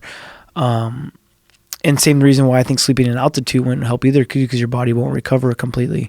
So I feel better training at sea level, but I use this Alto Lab for only a certain amount of time, on and off with breathing techniques, and I felt the best benefits with that. So what does this thing look like? What is it? You got it? It's Alto Lab? Yeah, Alto Lab. It's just a mask, and it's got a bunch of cylinders on it, and the more cylinders you stack on it, the more it's emulating the altitude. So it's like breathing at 40,000 feet when you stack a lot of them on there. And so you're hooked up to this thing? How? You have you're a gas mask on it? Yeah, you could use that where it's just like a snorkel, right? Or it could be a gas mask kind of thing. And you're doing it while you're training? No. No. Not doing it while I'm training. I'm doing it while I'm resting on certain days, like a certain schedule. I can't do it all the time. So this thing, without training, this thing jacks up your cardio? Yes. It'll help with your... Where do I buy one of these? Alto Lab. I don't know. You just breathe? Yeah, but I'd have to give you the technique, because you can overdo it as well, and you can end up hurting yourself as well too. And how long do you do it for? It says here 10 minutes or 60 minutes, and then there's a program, initial 15-day program. An hour breathing session will produce performance effects that last up to 3 weeks. Jesus. Wow. So for a 60-minute session, 6 10-minute sessions, 10-minute, what's wrong with my voice? 6 10-minute sessions or 10-minute intervals. So you do per 6 minutes on, 4 minutes off. So six per hour. And so you're basically doing these intervals where you're just breathing? Yeah, and it's one of those things. So you have an oxygen reader on your finger. It tells you your oxygen levels, because you want to put yourself in a hypoxic state. Right. And there's certain levels that Sam wants me to keep my body at. He doesn't want me to go too low either, because your body will start producing a hormone that tells you you're dying. Oh, jeez. Yeah, and Juan Archuleta, when I first met him, I was coaching Ultimate Fighter, came out and told me, he's like, hey man, I've been breathing this thing. Sam tells me to do it. I'm like, all right, what do I do? He's like, just get your levels as low as you can. I was like, cool. I ended up passing out because you get so, you know me, I'm very competitive, right? And I was like, I was looking at it, and you're supposed to do 6 minutes. And I'm like, oh, I got like 30 seconds left, but it's getting hard. Like I can make it the rest 30 seconds. Next thing I remember, I'm like seizuring on the couch. I fling this oxygen monitor off my finger, and then I wake up a couple minutes later. I'm like, oh shit, I passed out, you know? So wow. You don't want to do too much. Yeah, 40,000 feet seems a little excessive. Yeah, oh yeah. But it seems like it would be amazing for hikers too, or someone who does want to climb Everest or something like that. And you can acclimate yourself to it. The person that started, I think they started it for some sort of disease, and obviously everyone runs with it for getting better results. Dude, I'm buying one of those motherfuckers. If I can get better endurance just sitting here and breathing. But it's work though, dude. Like you'll end up, you'll sweat sometimes from it too, yeah. So it's just because it's hard to breathe with the thing? Yeah, so you want to get, you're not getting, and sometimes I'll have to like pull off and get some fresh air and then get back onto it. Like you want to keep your levels at it, because you want to go too low, you'll pass out. And is it a breathing exercise? Like, are you doing anything? Are you pushing? You learn how to... Like breath of fire type stuff? You learn how to get the carbon dioxide out of your body as well too. Like you really learn a lot about breathing when you're doing this thing, because you have the oxygen monitor on your finger, and when you want to increase your oxygen levels, I'll let more air out, right? But if I want to decrease my oxygen levels faster, I'll take shallow breaths. And I can learn that I can get my body in a hypoxic state faster by doing it. Wow. But then when I need to like get more oxygen in my body, I'll make sure to expel more of the carbon dioxide and then breathe in more air. So it does teach you how to breathe better as well too. And then you're creating more capillaries, more lung strength, a lot of stuff. So now, he's going to be mad at me for probably talking about that. Yeah. Now, are you breathing in through your nose? Are you breathing in through your mouth? Yeah. Always. I have my mouth, my nose closed. Pinched off. Is your nose functional? Not so good, right? My left's is good. Yeah. Most fighters. Yeah. Yeah. My right side's, I'm a mouth breather. Have you ever thought about getting it opened up? I have, but I was told that for me to get it done, it's just going to happen again. Like it'll weaken the structural integrity of my nose, and because I got to like carve out because my nose inside is just crooked, and so I'd have to carve it out, and so they say that it'll just re-happen, and I'll have to get it done again. So yeah, I had it done. It was one of the best things I've ever done. I've Obviously, heard you I'm not say fighting, that, but it's one of the best things I've ever done. Ready? Here. Sounds so good. Like I'll be in yoga. I've been doing yoga the last like 4 days because I've been trying to keep my weight down, and they'll make you breathe into your nose, and I'm just in the back of the class like trying to breathe in. It's the worst. When I used to do yoga before I had it fixed, the guy would tell me, breathe through your nose. I'm like, I basically don't have a nose. You can fart in my face. I barely smell it. This thing's useless. Yes, exactly, man. I hate being a mouth breather at night too. Yeah. I wake up in the morning with like the driest mouth, you know? Yeah. It's the worst.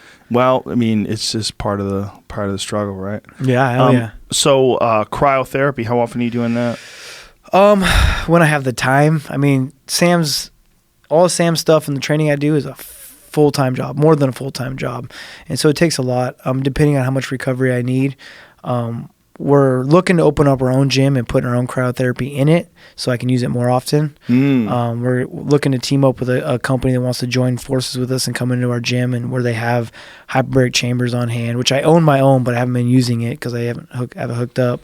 What company are you going with right now? Because have you gone to Cryo Healthcare? Mm-mm. They have the best fucking cryo tanks. Is there's like a room, or is it like the little one? It's a room. Is it? The room one is the one you want, because the little room one is cold air. Okay. You know the woman who died in Vegas? You know the story?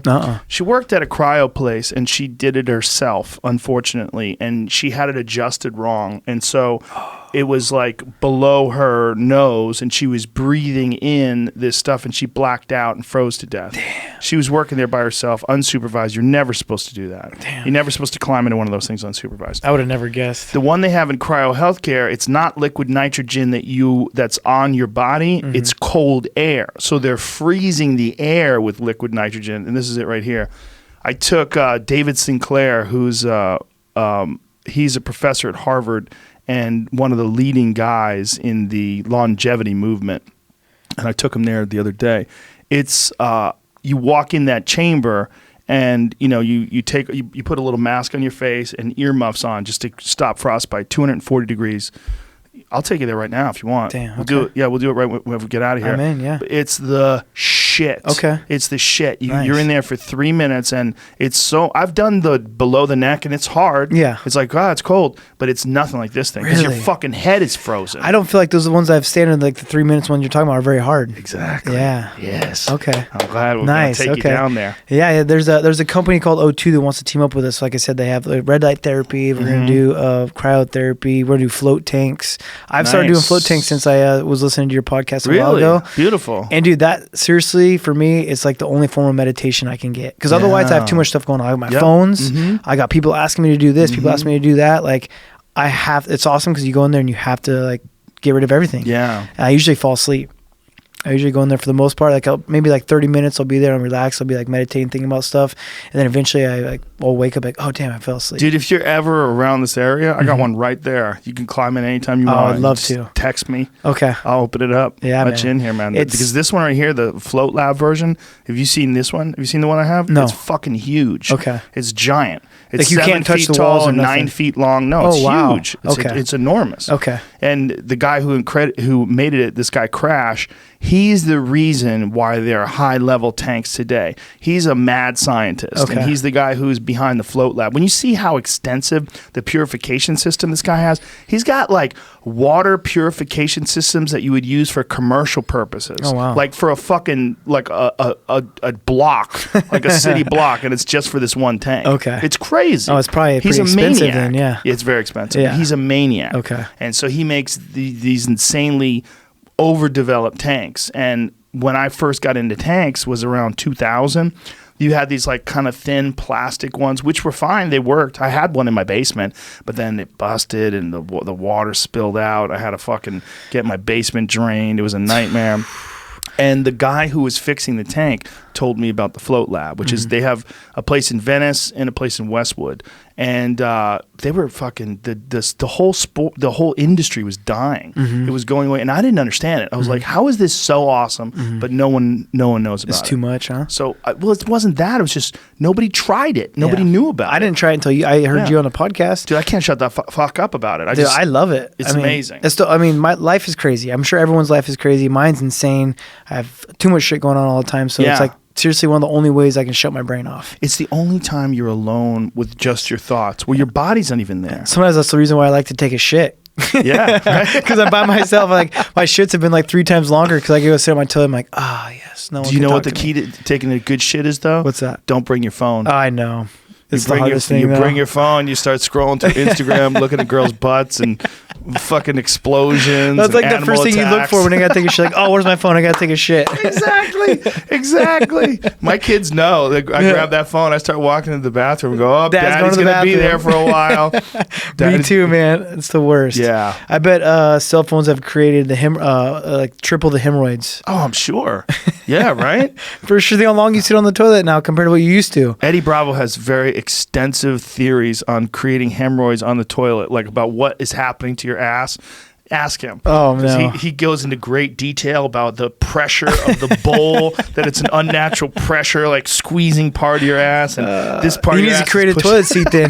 He needs to create his own toilet seat to get rid of hemorrhoids. Really, the move is those squatty potties. Oh, dude, I have one of those. Dude, it's like, whoa, I didn't know how much in there. Yeah. It's just, woo, everything comes flying out. Yeah. Those I seen you had is it a Toto in here? Yeah. Dude, that thing's amazing. What is it? Brondell? Brondell, I think. Those are the shit. I built the house out in Colorado, and I put one of those in my. I don't want to shit anywhere else. Yes, exactly. It's like, dude, I just only want to go home and take a shit because that toilet seat's way better, and it's got the bidet in it. It's awesome. So, do you rent your house out in Colorado? No. You just go out there and visit when you can. Yeah, kind of like a little vacation house now. I mean, I live in Orange County. But I love Orange County. I do, man. It's nice out there. I went to school down there. I went to school at Cal State Fullerton. So all my close friends I wrestle with are in the same part of their life. They're all have young kids. They're all in the same area. So and not only that, my family's close. So I love Orange County. It's definitely been a great change for me. But Colorado's beautiful. How far are you from the beach?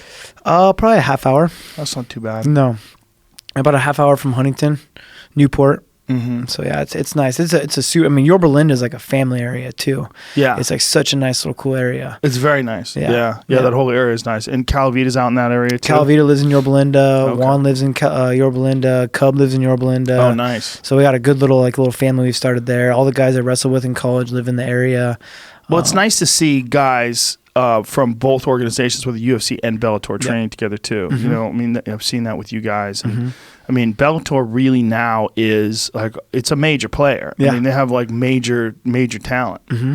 Absolutely. Very interesting. Yeah. I mean, they don't get as much credit. Obviously, they're not those big a promotion, but they have some of the best fighters. You know, look, they've got Gegard Mousasi, they got Rory McDonald. Yeah, Rory McDonald. Yeah, you can go down the list. It's how about fucking Ryan Bader, KO and Fedor like that? Crazy. I thought Bader was going to win. I thought he was going to use his pressure and just wear on him and out wrestle him. Yeah. But yeah, that's crazy. 10 seconds. Well, he clipped him with that crazy. It's like a level change. Jab. Yeah, level change, half hook, half jab. I think he was getting Fedor to think that he was going to drop for a shot and then loop the hook over the top. Right. It seemed like he wanted to get Fedor to do that. Isn't that how he got the knockout the fight before that too, right? The exact same punch. Left hook. Yeah. I think it was a level change left hook. You know, people are thinking like, oh shit, he's coming for a takedown. Well, as a heavyweight man, he's a motherfucker. Yeah. I mean, he looks good. He looks fantastic. His body looks good. He's huge. Yeah. I mean, he looks like a heavyweight. Yeah. And, you know, he's weighing 235-ish, somewhere around there, you know, which is a great weight for a heavyweight. I think it's the best weight for that weight class. Yeah. There's that point of diminishing returns, right? You get to like 260, unless you're Ngannou. Well, see, Ngannou doesn't know how to wrestle, so that's part of the problem. But if he did, holy fuck. But as agile as you need to be to wrestle, I don't know if he can move that fast. He can move fast, man. Can That guy moves like a cat. Damn. He scares the shit out of me. Yeah. It's like if that guy knew, if he knew like what everybody else knew, I just think he's so physically gifted. Yeah. I mean, when you see him punch people, it's like it's a different thing. It's different. Yeah. Just a lunchbox coming at your head. The power is just preposterous. It Yeah. just doesn't even make any sense. Yeah. If that guy could get with a guy like Dwayne and start moving and just, you know, not just rely on throwing hammers, but setting stuff up and switching stances. And I don't know if you can do that with that kind of weight. You know, like how long can a guy like that move, you know, move I bet around? Sam can get him to move that long. I guarantee you, dude. Sam, like, I'm telling you, like, if I'm going, like, for my body mass, if I'm able to walk around 165 and the lactate threshold he's told me I can have, I guarantee you could do it with a big guy like that. Wow, that would be insane. Well, there's not a lot of big guys like that. That's the thing, too. It's like, who does he have to train with that's going to push him? Yeah. You know, that is a giant problem with heavyweights, whether it's in wrestling or jiu-jitsu or anything. It's finding someone that they can train with that's that heavy, that's that big. I mean, he's he's a legit natural 265-pound man. Yeah. You know what I mean? Well, I feel like if you're getting hit by another 265-pound man too, it's going to take more out of you. Even That's if you're true, 265 yeah, and you're getting hit by another guy that's 265, I still feel like your head can only take so much. Oh, yeah. You Yeah. know? Yeah. I mean, how much more can you take, right? Like, Yeah. I mean, that's the football thing that we were talking about when we were talking about Jason Harrison. I mean, he was a lineman for UC Davis. And, you know, played a little bit in the NFL. He was a bench warmer, but, you know, was training with those guys. It's just that when you're dealing with gigantic, huge dudes slamming into each other like that, the force. Yeah. I guess you got to do more of like the drilling, what we're talking about, or like live drilling, you know, where you're going with like partners that you can trust, that you're going to do 50% sparring. You're not going to crush each other, but you're going to get that reaction time kind of stuff. But then you can wrestle hard. You can do jiu-jitsu hard and get that hard training that way, but then drill the right ways striking, you know? Yeah, yeah. Now, as far as your recovery stuff, did you detail everything here? You got the red light. You have your infrared sauna using like one of those fit spas. Which kind of? I think it is a fit spa. Yeah. Is that the kind that has like a TV in it? No, it's got Bluetooth for listening to your podcast. It's infrared, so it's got the red light. It only gets to 140 degrees, right? But the infrared makes you sweat from the cells inside out, which I feel is better for the recovery. I do like the super hot ones. Like they do something to you that like. It's hard to describe when you get out of it, like when it's really hot and you feel great. But I feel like I get more recovery out of the infrared throughout my body. Same reason why I use the Juve red light therapy. Ice baths? No, I don't do ice baths. They're torture. But I've done the cryo, and again too, I don't do that much of it. I think mainly I get my recovery from taking the days off I need to. Most of my recovery, like I take more days off now working with Sam than I've ever taken in my past. When I was working with Dwayne out in Colorado or at Alpha Male, I would just go. I thought working more was going to get me there better. And that's probably why your testosterone was dropping. 100%. I was redlining myself. Yeah. And so I take more days off now with Sam, but the days that I'm not taking off are a lot harder. Just knowing when to cycle those days off. Like you have to rest. And my sleep, I have a 1-year-old, so I created a guest room that I'll sleep in during camp because I got to get my 9 hours of sleep. Right. And knowing what days I got to take off. And those days will be off from training completely. I'll try to like go take my son on a walk, go hang out with my family. Obviously I got less of that this camp because I'm going 25s. It took a lot more work. But just making sure to take those days off. What about massage? Yes. Yeah, absolutely. How often do you do that? As much as I can. I mean, I'll do it. I mean, I don't think you can do too much of it as long as you got someone that's knowledgeable. But massage big time. Something where you can act, and that's another way to really relax and shut the brain off too. Yeah. You know? Yeah. Anything to get your recovery needs to be dropping your cortisol levels. If you could drop your cortisol levels, everything else is going to go the way it should go.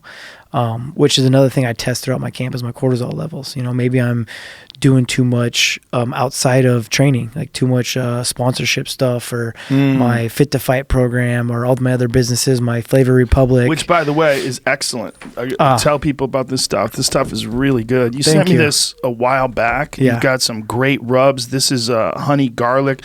It's all healthy stuff. It's called Flavor Republic. This is not, I mean, this is a plug, folks, but I'm not getting paid for this. I love it. Yeah. It's really great stuff, man. And I got into it because I met a jiu-jitsu guy. His name's Kenny Tinney. He's really big into jiu-jitsu. He was taking Propecia and it messed up his testosterone levels. We were talking about this before the show. It did the same thing to me. Yeah, it messed up his testosterone levels. So he had to get into his diet to kind of recurve what he had going on because he was taking insane amounts of therapeutic level of testosterone to get his body back. And so he wanted to get his diet on point so he wouldn't have to take as much test. And as well as I teamed up with just an average Joe. He's just a guy that wants to get into fitness and wants to be healthy. But us three, we created this because I got into my diet so much because I'm not eating any sugars. I don't go complex. I'm pretty much going like paleo, keto, and every time I wanted to do meal prep or Sam wanted to do meal prep, we couldn't use spices and seasonings because if you look on the shelf, they have like 14 grams of sugar and a bunch of table salt. Yeah, we were talking about Traeger. I love Traeger's grills, and I love their rubs. And their barbecue sauces and everything too. It's so good, but there's some fucking sugar in that shit. That's why they're so delicious. Exactly. And so we created this so that we could do our meal prep and still be healthy, you know. You got an espresso rub. Ooh. That's really good on your wild game. Yeah, I bet. Yeah, it's really it's like a peppery. Like that one doesn't sell very well because I think it's called espresso rub. People don't really understand it. Yeah, espresso blend. So we almost need to change it to like a Colombian something, you know, like because they're like coffee. I don't put coffee on nothing. Well, people don't know, man. We were talking about with Ben Greenfield yesterday. Coffee rubs are fantastic. Awesome. And he was saying that coffee actually reduces the amount of carcinogens on cooked meat. Oh, really? Yeah, like having it on the outside, that it acts as an antioxidant and reduces the amount of carcinogens. The first time I tried it was a piece of meat I got at Whole Foods, and it had an espresso rub on it, and it was amazing. Yeah. So like, we need to make that. Like I'm telling you, like all the wild game I have, like it takes away any of the gamey flavor. Let's get that. It doesn't sell as well because people don't understand, but it's really good. Are you getting any hunting in? Do you have any time?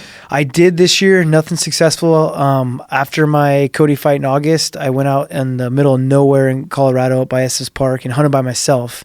I did like... that's a nice getaway, huh? My phone didn't work. No one could text me. No one could get a hold of me. I slept out in the middle of the wilderness by myself under the stars. Like, kind of freaky. I've never done that before, you know? But Shane Dorian was telling me about that. That was like, you got to do it. He's like, it's one of the best things I've ever done. I like hunting with people because you get like really to know them, right? Like you go sit around the campfire. Everyone that splits up, they go hunt. You talk about your day. You get back to the campfire and you really get to know each other. And I go with my brothers and my dad all the time. It's one of my favorite things about hunting. It's the best. Yeah. It really is. And you really get to tell stories and get to know each other. It's awesome. But I went by myself for the first time this year, and that was an experience as well too. Like you got like just hunting on and doing like the wilderness by yourself, like making sure you don't get lost. How many days did you go out for? 3 days. So did you backpack in? Yeah. Well, no, I got to drive in. Okay. It wasn't. So you went to a trailhead. Yep. And how much you carrying on your back? It's probably like 40, 50 pounds. Okay. Probably. So you got like a day pack and and I got that. Mm-hmm. And then I'll just hike back in. And you have a bow? My bow, yeah. I really only like to hunt with my bow. Yeah. I will do some rifle just when the opportunity comes. But do you have time to practice? With my bow, I do. Yeah.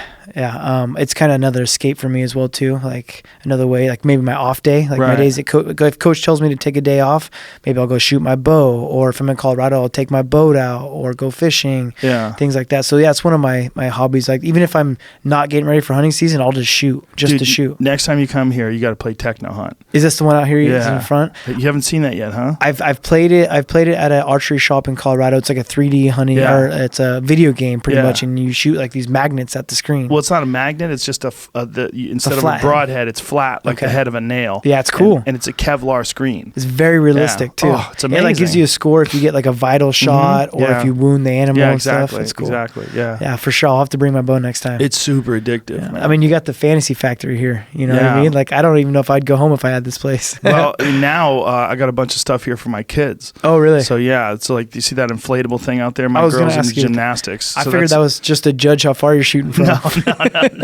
No, that's bouncy. Okay. That thing's all filled up with air. My 10-year-old comes in here and does fucking backflips and shit. But with a concrete around it? She's a fucking freak, man. Really? She doesn't care. I'd be scared as shit. It's like not very wide. You gotta let them.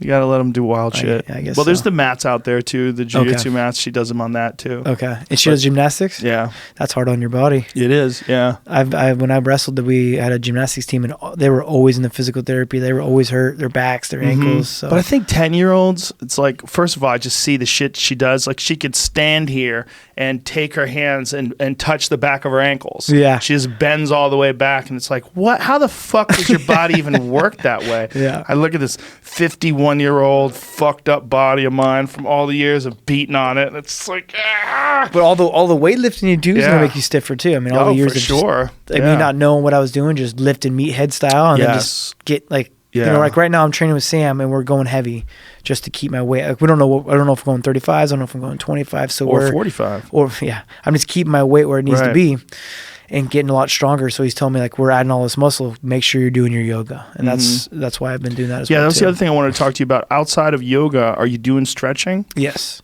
Yeah. How often do you guys stretch? Well, I stretch I do a dynamic stretch before every practice. Before practice is interesting because most people don't agree with that. Well, static. Don't do static. I don't like doing static stretching before I work out. I'll do static. Dynamic, you're constantly moving while you're stretching. Yes, it's something I've learned from Lauren Landau out in Colorado, and something I've added to my Fit to Fight program is I go through like a whole dynamic warm up that I do before every practice. It's like a walking series, like a walking knee hug, a walking quad pull, inchworms, like things like that, and like a quadruped series that'll keep my hips loose, things like that. I'll do that before every practice. But then at the end of practice, you do a little bit of, I don't do as much static stretching. I do more dynamic, kind of like in movement stretching. Same thing as like, I get more flexible. I got so much more flexible when I started kickboxing, just from that throwing a head kick, and just opening your hips all the time. Yeah. But before I throw a bunch of head kicks, I need to do my quadruped series to not mess my hip flexors up, or my psoas will get tight as shit. Do you have one of those rights? Do you have one of those? I heard Chandler talking about that. I got one for you. Did you? Yeah, I got a gang of them. Really? It's a sponsor, so they give me a bunch of them. That thing is the shit, man. And you lay on it, right? Yeah, you can do all kinds of things with it. It hurts hard. Yeah? Fuck yeah, it hurts. But it works. Because I had a psoas messed up for one of my fights, before my Joe Soto fight. I couldn't throw a kick. So 2 weeks before the fight, I couldn't throw kicks. I was like, fuck, man. Like I thought it was my back. My lower back was toast. I was like, I had a massage therapist working on my back. And then finally I got with someone who's like, no, dude, it's your psoas. And they started digging in my psoas, and it was so freaking painful. Until Chandler brought it up, I didn't even know it was a muscle. I didn't even know what the fuck that was. Dude, it's a motherfucker to get that work done. David Goggins had an issue with it as well. It was keeping him from running. Okay. Yeah. Yeah. It messes up your whole core. Yeah, but this is a simple plastic device. You lay on it. They sent me a box of them, man. I got one for you. I see it on my Instagram now all the time. It's a sponsored ad. And I always because he's Chandler talking about it. Yeah. So I was curious. Chandler's really into his body and working out, and he's got his own workout program and stuff too. So I know his Instagram page is good to follow. It is. He's a fucking freak. He looks like a bodybuilder. Yeah. He's a freak athlete too. He does these medicine ball backflips. Oh yeah. Have you seen those? Yes. Yeah. He's an athlete. Backflip, slam the medicine ball. Backflip, slam the medicine ball. Like, Jesus Christ, man. Yeah, he's a killer, man. He's another one at Bellator. Another fucking stud. Yep. He's one of the best 155 pounders on the planet. No doubt about it. 100%. I agree with that. Just they got to change the name. Yeah. Scott Coker, I love you, but that name's whack. Yeah. Bellator. What is a Bellator? I have no idea.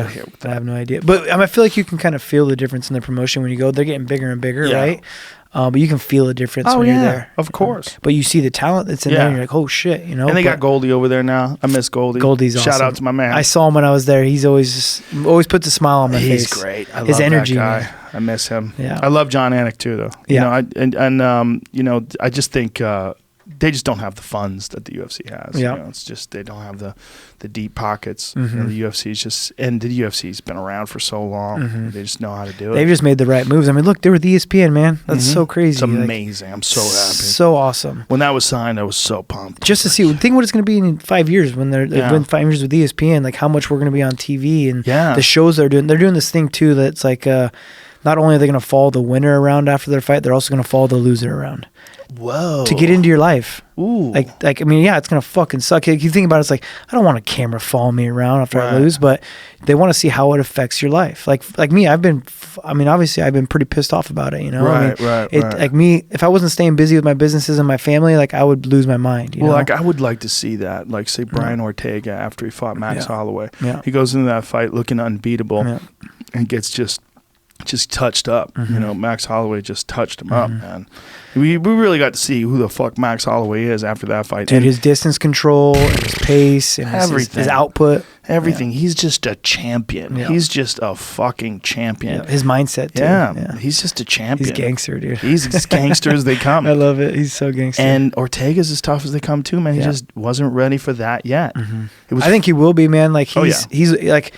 You're saying like that, like have a camera phone around after a loss. Like I think he's looking for new things now too. Like that's what I mean. If you're a guy that takes a loss and you don't branch out to do new things, right, you're never gonna get better. Well, his jiu-jitsu is off the charts. Yeah. When he grabbed a hold of Cub's neck, when he got the Darce at the end of the first round, I was like, holy shit, it's over. Yeah. But the bell rang, and he got out of it. But then the second round, when he jumped on him and grabbed that guillotine. He went over the top of him while they're standing up and clinched and got it, and then came down on it and then had it in the air. Yeah. It's nasty. Yeah. His technique is so fucking sharp. Yeah. And he can do that with everything. Yeah. I mean, arm bars, triangles. I think he's got like a good squeeze cardio too. Oh, yeah. You know? Well, you know what? He's real legacy jiu-jitsu. He comes from, that Henner and Huron camp and, from that's Horian school and where Hoist was from. That's the Torrance crew. I mean, that's right from the fucking motherland. Yep. And that is, and, there's a term that some people get offended by. That term is basic jiu-jitsu. I'm not offended by that at all because some of the very best guys of all time, whether it's Hodger Gracie or Hickson, you don't see them doing like weird stuff. It's all very standard. It's not... I mean, there's basic striking. Yes. Like, look at Max Holloway beat Ortega. He Right. used basic striking to beat him. Distance control and 1-2s. Yeah. You know, I mean, basics win national titles in wrestling. 100%. A high crotch. 100%. You know, a sprawl and spin behind. But it's the level of the basics. Yes. And this is what I was going to say about Max Holloway's jiu-jitsu. It's like the level of his basics. It's so fucking polished. It's like as a person who loves martial arts, for me, when I see someone whose technique is that sharp, I'm like, woo! That's what I want to tell people. This is why I get frustrated when I see people that are on their back and they're in the open guard and their legs are just kind of sitting there flailing away, and the guy's got his arms on the ground. I'm like, Jesus Christ, he's giving you arm bars. Yeah. He's giving you omoplatas. He's giving you a sweep. He's setting himself up. Yeah. And people don't know what to do. That's one thing I've added a lot to my game lately is being at Gracie Baja with Felipe de Monica is my jiu-jitsu, and I haven't got a chance to show it. I've been talking about it like my Cody fights, but obviously those were ended on their feet. This one, I didn't get a chance to show it. I was hoping we were going to go to the ground. Like, I wanted to out-wrestle Cejudo, you know? Yeah. Like, I felt strong. It felt good. I was working with Daryl Christian on my wrestling. My jiu-jitsu's been on point with Felipe, and I've been adding a lot of, like, crazy stuff to it because like Dwayne's only been out 3 days a week, right? And we kill it while Dwayne's out here. But then when he's gone, I work on all my other stuff. So it's forced me to get into my jiu-jitsu a little bit more as well. And I've been doing so good, man. I've been wanting to show it off, but I haven't got that chance yet. Does he have you ranked? Does he give you a belt? I don't do any gi. No. He you calls gotta do the gi, my friend. He calls me a blue black. He's like, you a blue belt, but really you black, you know?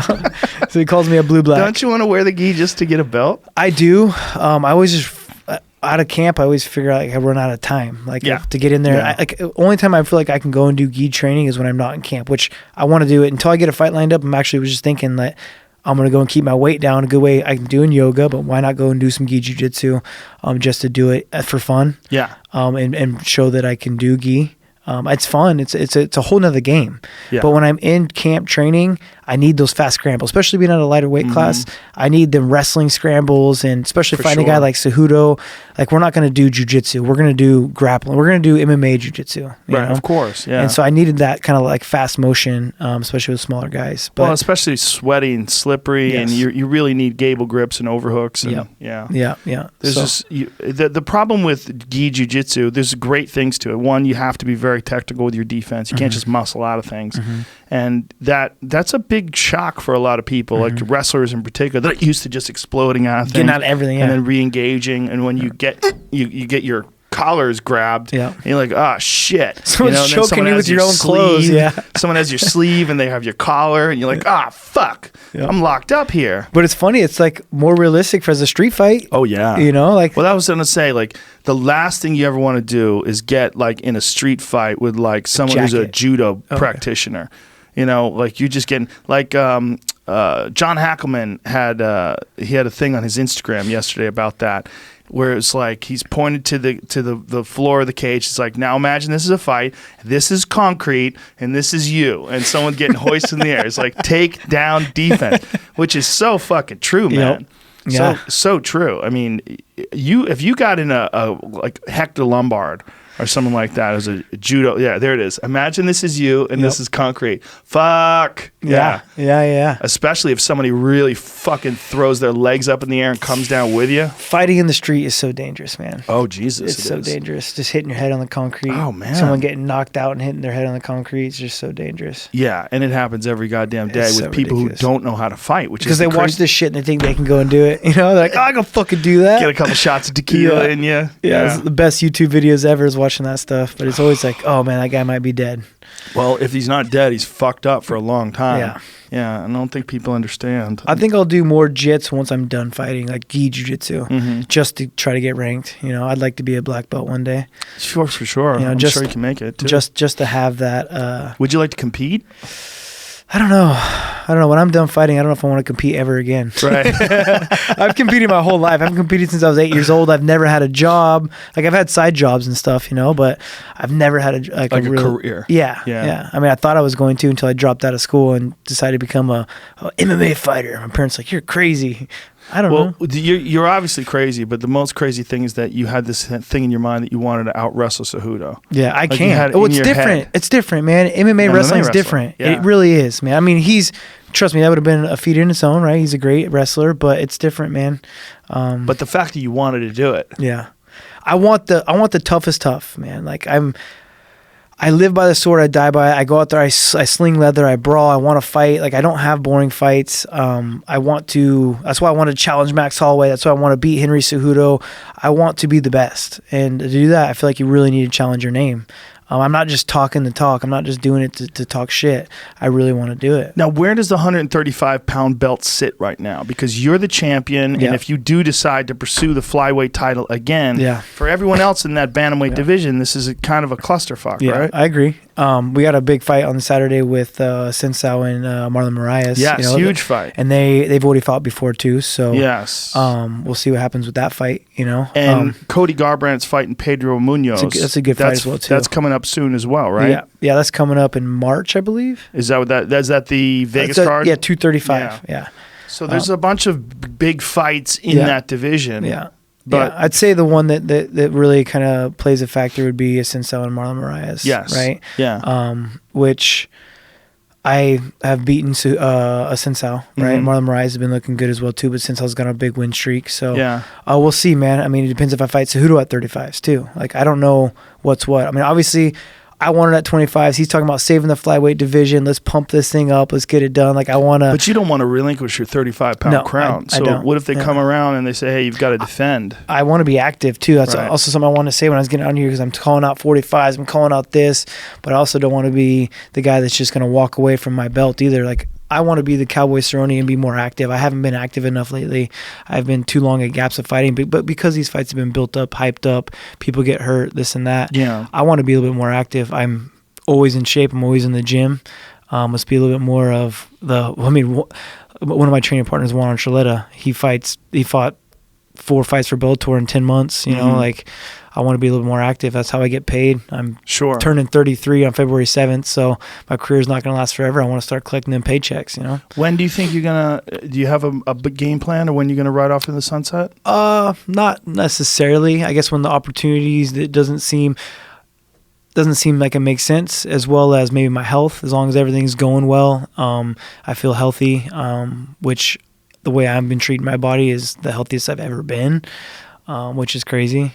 So as long as I have the right people around me, like my wife and my coaches, they'll tell me, like, look, man, you need to hang it up. And I feel like I have those people around me. Like, I don't want to be I don't want to talk shit. I don't want to be like the Chuck Liddell fighting because I need it, right? Another reason why I've created other businesses I don't have to fight. I don't want to fight because I have to.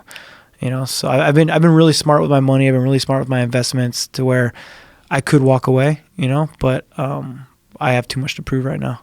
You know, I have too much to get back. First and foremost, this fight against Henry Cejudo.